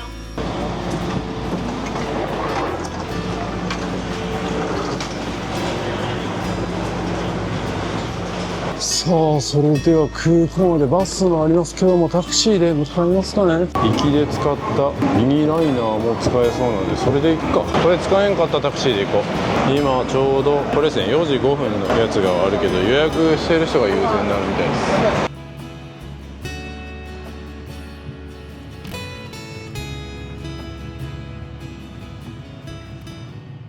はい、到着しました。新潟空港。そういえば忘れてた。オズモアクション5プロ受け取らないと。忘れ物をして、物はカメラです。カメラ。はい。になります。こちらで。あ、それです。お間違いないですか。はい。すみません。ありがとうございます。はい、ちょっと飛行機まで2時間ぐらいあるんで、ご飯食べようかな。新潟名物食べたいな。この辺はお土産 T シャツ売ってるの。 T シャツ委員会やってる。旅は自己投資 T シャツも置いてくれんか。なんか前も名物がないみたいな感じで困ったような気がするな。へぎそばはあるな。これも新潟なんかタレカツとか食べれる。3階ですね。3階になんかいろいろありそうやね。へぎそばいいな。お、しかもタレカツ値引きしてる。新潟名物の晩酌セットみたいなのがあるんですけど、僕到着したらもう車運転しないといけないんでこっちにしました。で、なんか炭酸水があったんでこれにしました。めっちゃ静かです。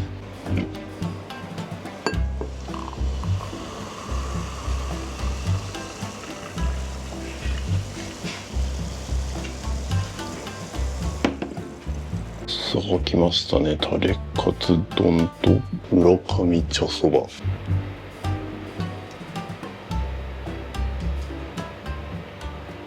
新潟駅行き臨時バスの次の発着時は10時5分でございます。雪男サイダーの雪男、俺のことやった。前も新潟来た時雪降りましたね。ちょいいただきます。そばからいただこう。ミニサイズかと思ったけど結構十分なボリュームあるぞ。ただめっちゃ静かなんですよね。喋ったら怒られそうなぐらい静か。やっぱ飛行機の情報を見逃さないようにするためになんかでもなんかうまくなりだした気がする。ちっちゃく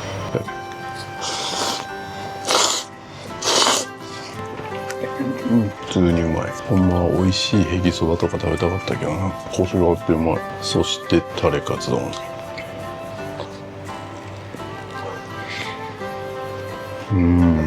佐渡とは関係ないけど途中で新潟名物食べることもできるのは佐渡の売りですよね。新潟で一泊してもいいし、多分ジェットホイールで帰ってきて飛行機乗ろうと思ったらどうしても多分1時間2時間空きが出ると思うんですよ。その時にいいっすね。じゃああとは楽しませてもらいます。はい、これにてね、新潟佐渡島の旅終わりになります。皆様の目にはどのように映ったでしょうか。今回ね、ざっくりとな予定は立てたんですけど、ちょっとどんなサイズ感かもわからないし、何があるんかもはっきりわからない部分があったんで、探りながらね、ここ旅をしていったんですけども、やっぱ旅をすればするほどすごい島だなというふうに思いました。なんといってもね、観光資源がめちゃくちゃ豊富だなっていうのと、もう本当になんかあの島だけで国って言ってもいいぐらい経済圏もしっかり整ってるし、さすが5万人住んでるだけあるなっていう感じと、やっぱ自然がすごいっすね。やっぱこの金山っていうところがね、すごいやっぱり大きなテーマにはなってますけど、もうやっぱりどこの場所に行っても岩肌とか実際の岩とかが凄まじいですね。なんか火星に来たんかなって思うような岩場もあったりとか、もう見たことがない岩がたくさんあったりとか、岩が挟まってたりとかね、金取るのもやっぱり岩じゃないですかね、石から取ってるわけで、なんかそういうね奥深さを感じる島でしたね。でシュノーケリングしても本当に岩がねすごい、他のところでは見ない、サンゴはないけどいろんな石が見れて、これはこれでね見応えありましたね。であと食べ物もやっぱり海鮮系多いし、寿司屋行ってもやっぱり佐渡産のものがめちゃめちゃ種類多いなみたいな。これはもうなんか大分の佐伯行った時もその場所のお魚がいっぱいあることにびっくりしましたけども、佐渡も本当にすごいですね。でまた九州と全然タイプの違う味わいなんですよ、同じ魚でも。いやだからこれはね本当に見どころたくさんだなと思いました。で今回結構やっぱりまんべんなくエリアを一応回ったので、一つ一つを深掘りはできなかったので、改めてねやっぱまた何かテーマを絞って訪れる価値がある島だなと思いましたね、本当に。でなんといってもね、なんか人が優しかった。5万人ぐらい住んでるから、もうなんか割とみんなすれてるんじゃないかなっていう感じはしたんですけど、めちゃめちゃ優しかった。もう何聞いてもめっちゃ丁寧に教えてくれるし、もうなんかそっちだよみたいな感じじゃなくって、本当に最後まで最後までちゃんと確認してくれるみたいなね、なんかそういう優しさを感じましたね。あとやっぱ歴史のこともね深掘りしていけばいくほど、本当になんか自分たちで生きていくみたいな、なんか生命力にあふれた島というか、なんかそんな感じがしました。やっぱ行けてよかったっすね。やっぱ視聴者さんにぜひ佐渡に行ってほしいって言われたことはきっかけでね、やっぱ行こうかなって思って今年行くことにしましたけど、もっと後になるかもしれなかったです、言われなかったら。ありがたいですね、そうやってリクエストいただいて。いや本当にね満足いく映像が撮れたかどうかは分かりませんけど、でも自分の中ではもうすごい感動もあったし、南旅館さんも良かったですね。対応も良かったし、本当にあらゆる方向で満たされた感じしますね。料理も良かったし、宿も良かったし、なんか新しさもありつつ古き良きもあり、そしてなんか人の優しさも残って、やっぱ島なんだなっていう感じがしたし、で海綺麗だし道も綺麗だし、本当に良かったですね。なんか離島初心者にとってもやっぱ良さそうですね。迷ったりとか、そのなんか路頭に迷うとかないんで、僕今回ねカメラ忘れた時に上信あるわ、ケーズ電機あるわ、ヤマダ電機あるわみたいな電気屋さんもいっぱいあるし、もう生活するために必要なお店はほぼ揃ってるので、そういったところも良かったですね。いや最高でした。そしてやっぱ米もうまいしね、海藻もうまいし、本当に名物も多い。食べきれなかったですね。まだ今回食べてない果物とかね、スイーツとかも多分あると思います。どんどんねこれからもチェックしていきたいと思います。そして新潟ね、今回ちょっと立ち寄らずにそのまま帰っちゃいますけど、新潟もまた行きたいですね。まだ新潟と佐渡も全然空気感違いますね。こっちに帰ってきて、やっぱこっちは島じゃないんだなっていう感じがすごいしました。でも僕もなんか関西から直行便ですぐ新潟に来れて、そこからすぐににタクシーとかミニライナーか使ったらすぐ港に行けるんで、本当に行きやすいなと思いました。もっと広まってほしいですね。僕の動画でぜひこんな簡単に行けるんやみたいな。で僕今回集落ね、いろいろ別のところに泊まったりとか別のところ行ったりしましたけど、本当だったらここの集落の方が良かったんじゃないかなみたいなとこもあるんですよ。たまたま宿が空いてなかったんで泊まらなかったですけど、まあその別の集落に泊まるのもおすすめかなと思います。それ以外にもなんか本当に宿泊するだけで、そこでゆっくり過ごすみたいな宿もあったと思うんで、いろんな楽しみ方できますね。皆さんいろいろと検討してください。それでは帰りたいと思います。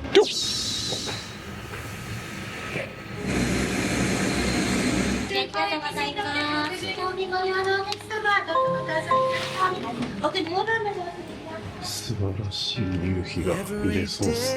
最後に見せてくれた。素晴らしい。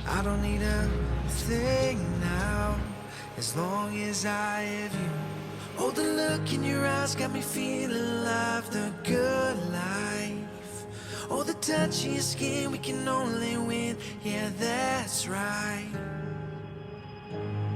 We can live forever, you and I. Keep on driving till the sunrise.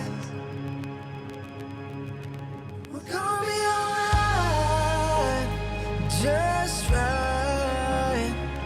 I know that we can make it. いかがでしたでしょうか。初めての佐渡島、さすが日本最大の離島というだけあって1回で回れるわけはなかったですね。また何度も訪れていろんな見方をしていきたいと思います。ぜひ皆様も一生に一度は行ってみてください。このような動画をもっと出してほしいと思ったら皆様のいいねコメントをお願いいたします。メンバーシップではここでは言えない旅の裏話や近況報告などを毎週ノーカットでさせていただいております。メンバーも続々増えておりますので皆様の参加もお待ちしております。皆さん旅行行くのにキルリュック使ってますか？これ今僕着てるんですけど見てください。これパッと見そんななんか物入ってるように見えないですけど実はめっちゃ物入ってます。財布はここに入ってますし、名刺、パスポート、イヤホンも必要ですね。急にスイッチやりたくなったらニンテンドースイッチあります。で対戦したいなって言ったらもう1本入ってます。それ入れても薄いんです。そして鍵ね、車の鍵つけたりとか財布だったりとかも入れることができます。財布何個入れんねんって話ですけどね。そして外側にももちろんポケットが2つついておりまして、除菌シートだったりとかも入れれますし、なんと後ろにですねペットボトルもですねこう入れることができるんですよ。これだけでもめっちゃ入れるなって思うけど、なんとこの後ろにですねパソコンまでで、これだけ物が入ったらもう旅行先でご飯食べに出かけよう、でもスイッチやりたいかもしれんし仕事ももしかしたら入るかもしれん、喉も渇くかもしれんみたいな、そんな心配性なあなたでも全部入れていきます。リュックとか背負ったらやっぱスリにあったり怖いじゃないですか。キルリュック旅行する人には絶対必須です。旅は自己投資。キルリュックベストの新作キルリュック2も出ました。ここにはポケット追加されまして、さらにサイドファスナーだったりとか隠しポケットも追加になってめちゃくちゃパワーアップしてます。肩幅も細くなって女性の方でも着やすくなってます。ブラックとネイビーどちらか好きな方をどうぞ。旅は自己投資。はい、皆様大変お待たせいたしました。リクエストの多かった夏用のキルリュックが誕生しました。そんなもうキルリュックエアーということでね、めちゃめちゃ軽くて薄いのに収納力抜群です。なんと透明の入れ物もつきまして、ホテルのカードだったりとか航空券だったりとか見せたいもの、どこに置いたかわからなくなるものをここに入れとくことができます。しかもですね、キルリュックベスト2重ね着できたりとか、その上にさらにキルリュック LS を重ね着することで収納力が2倍3倍に増えていきます。全部揃えてどうぞ。まさに旅は自己投資。僕のことをもっと知りたい方はサブチャンネルをチェックをお願いいたします。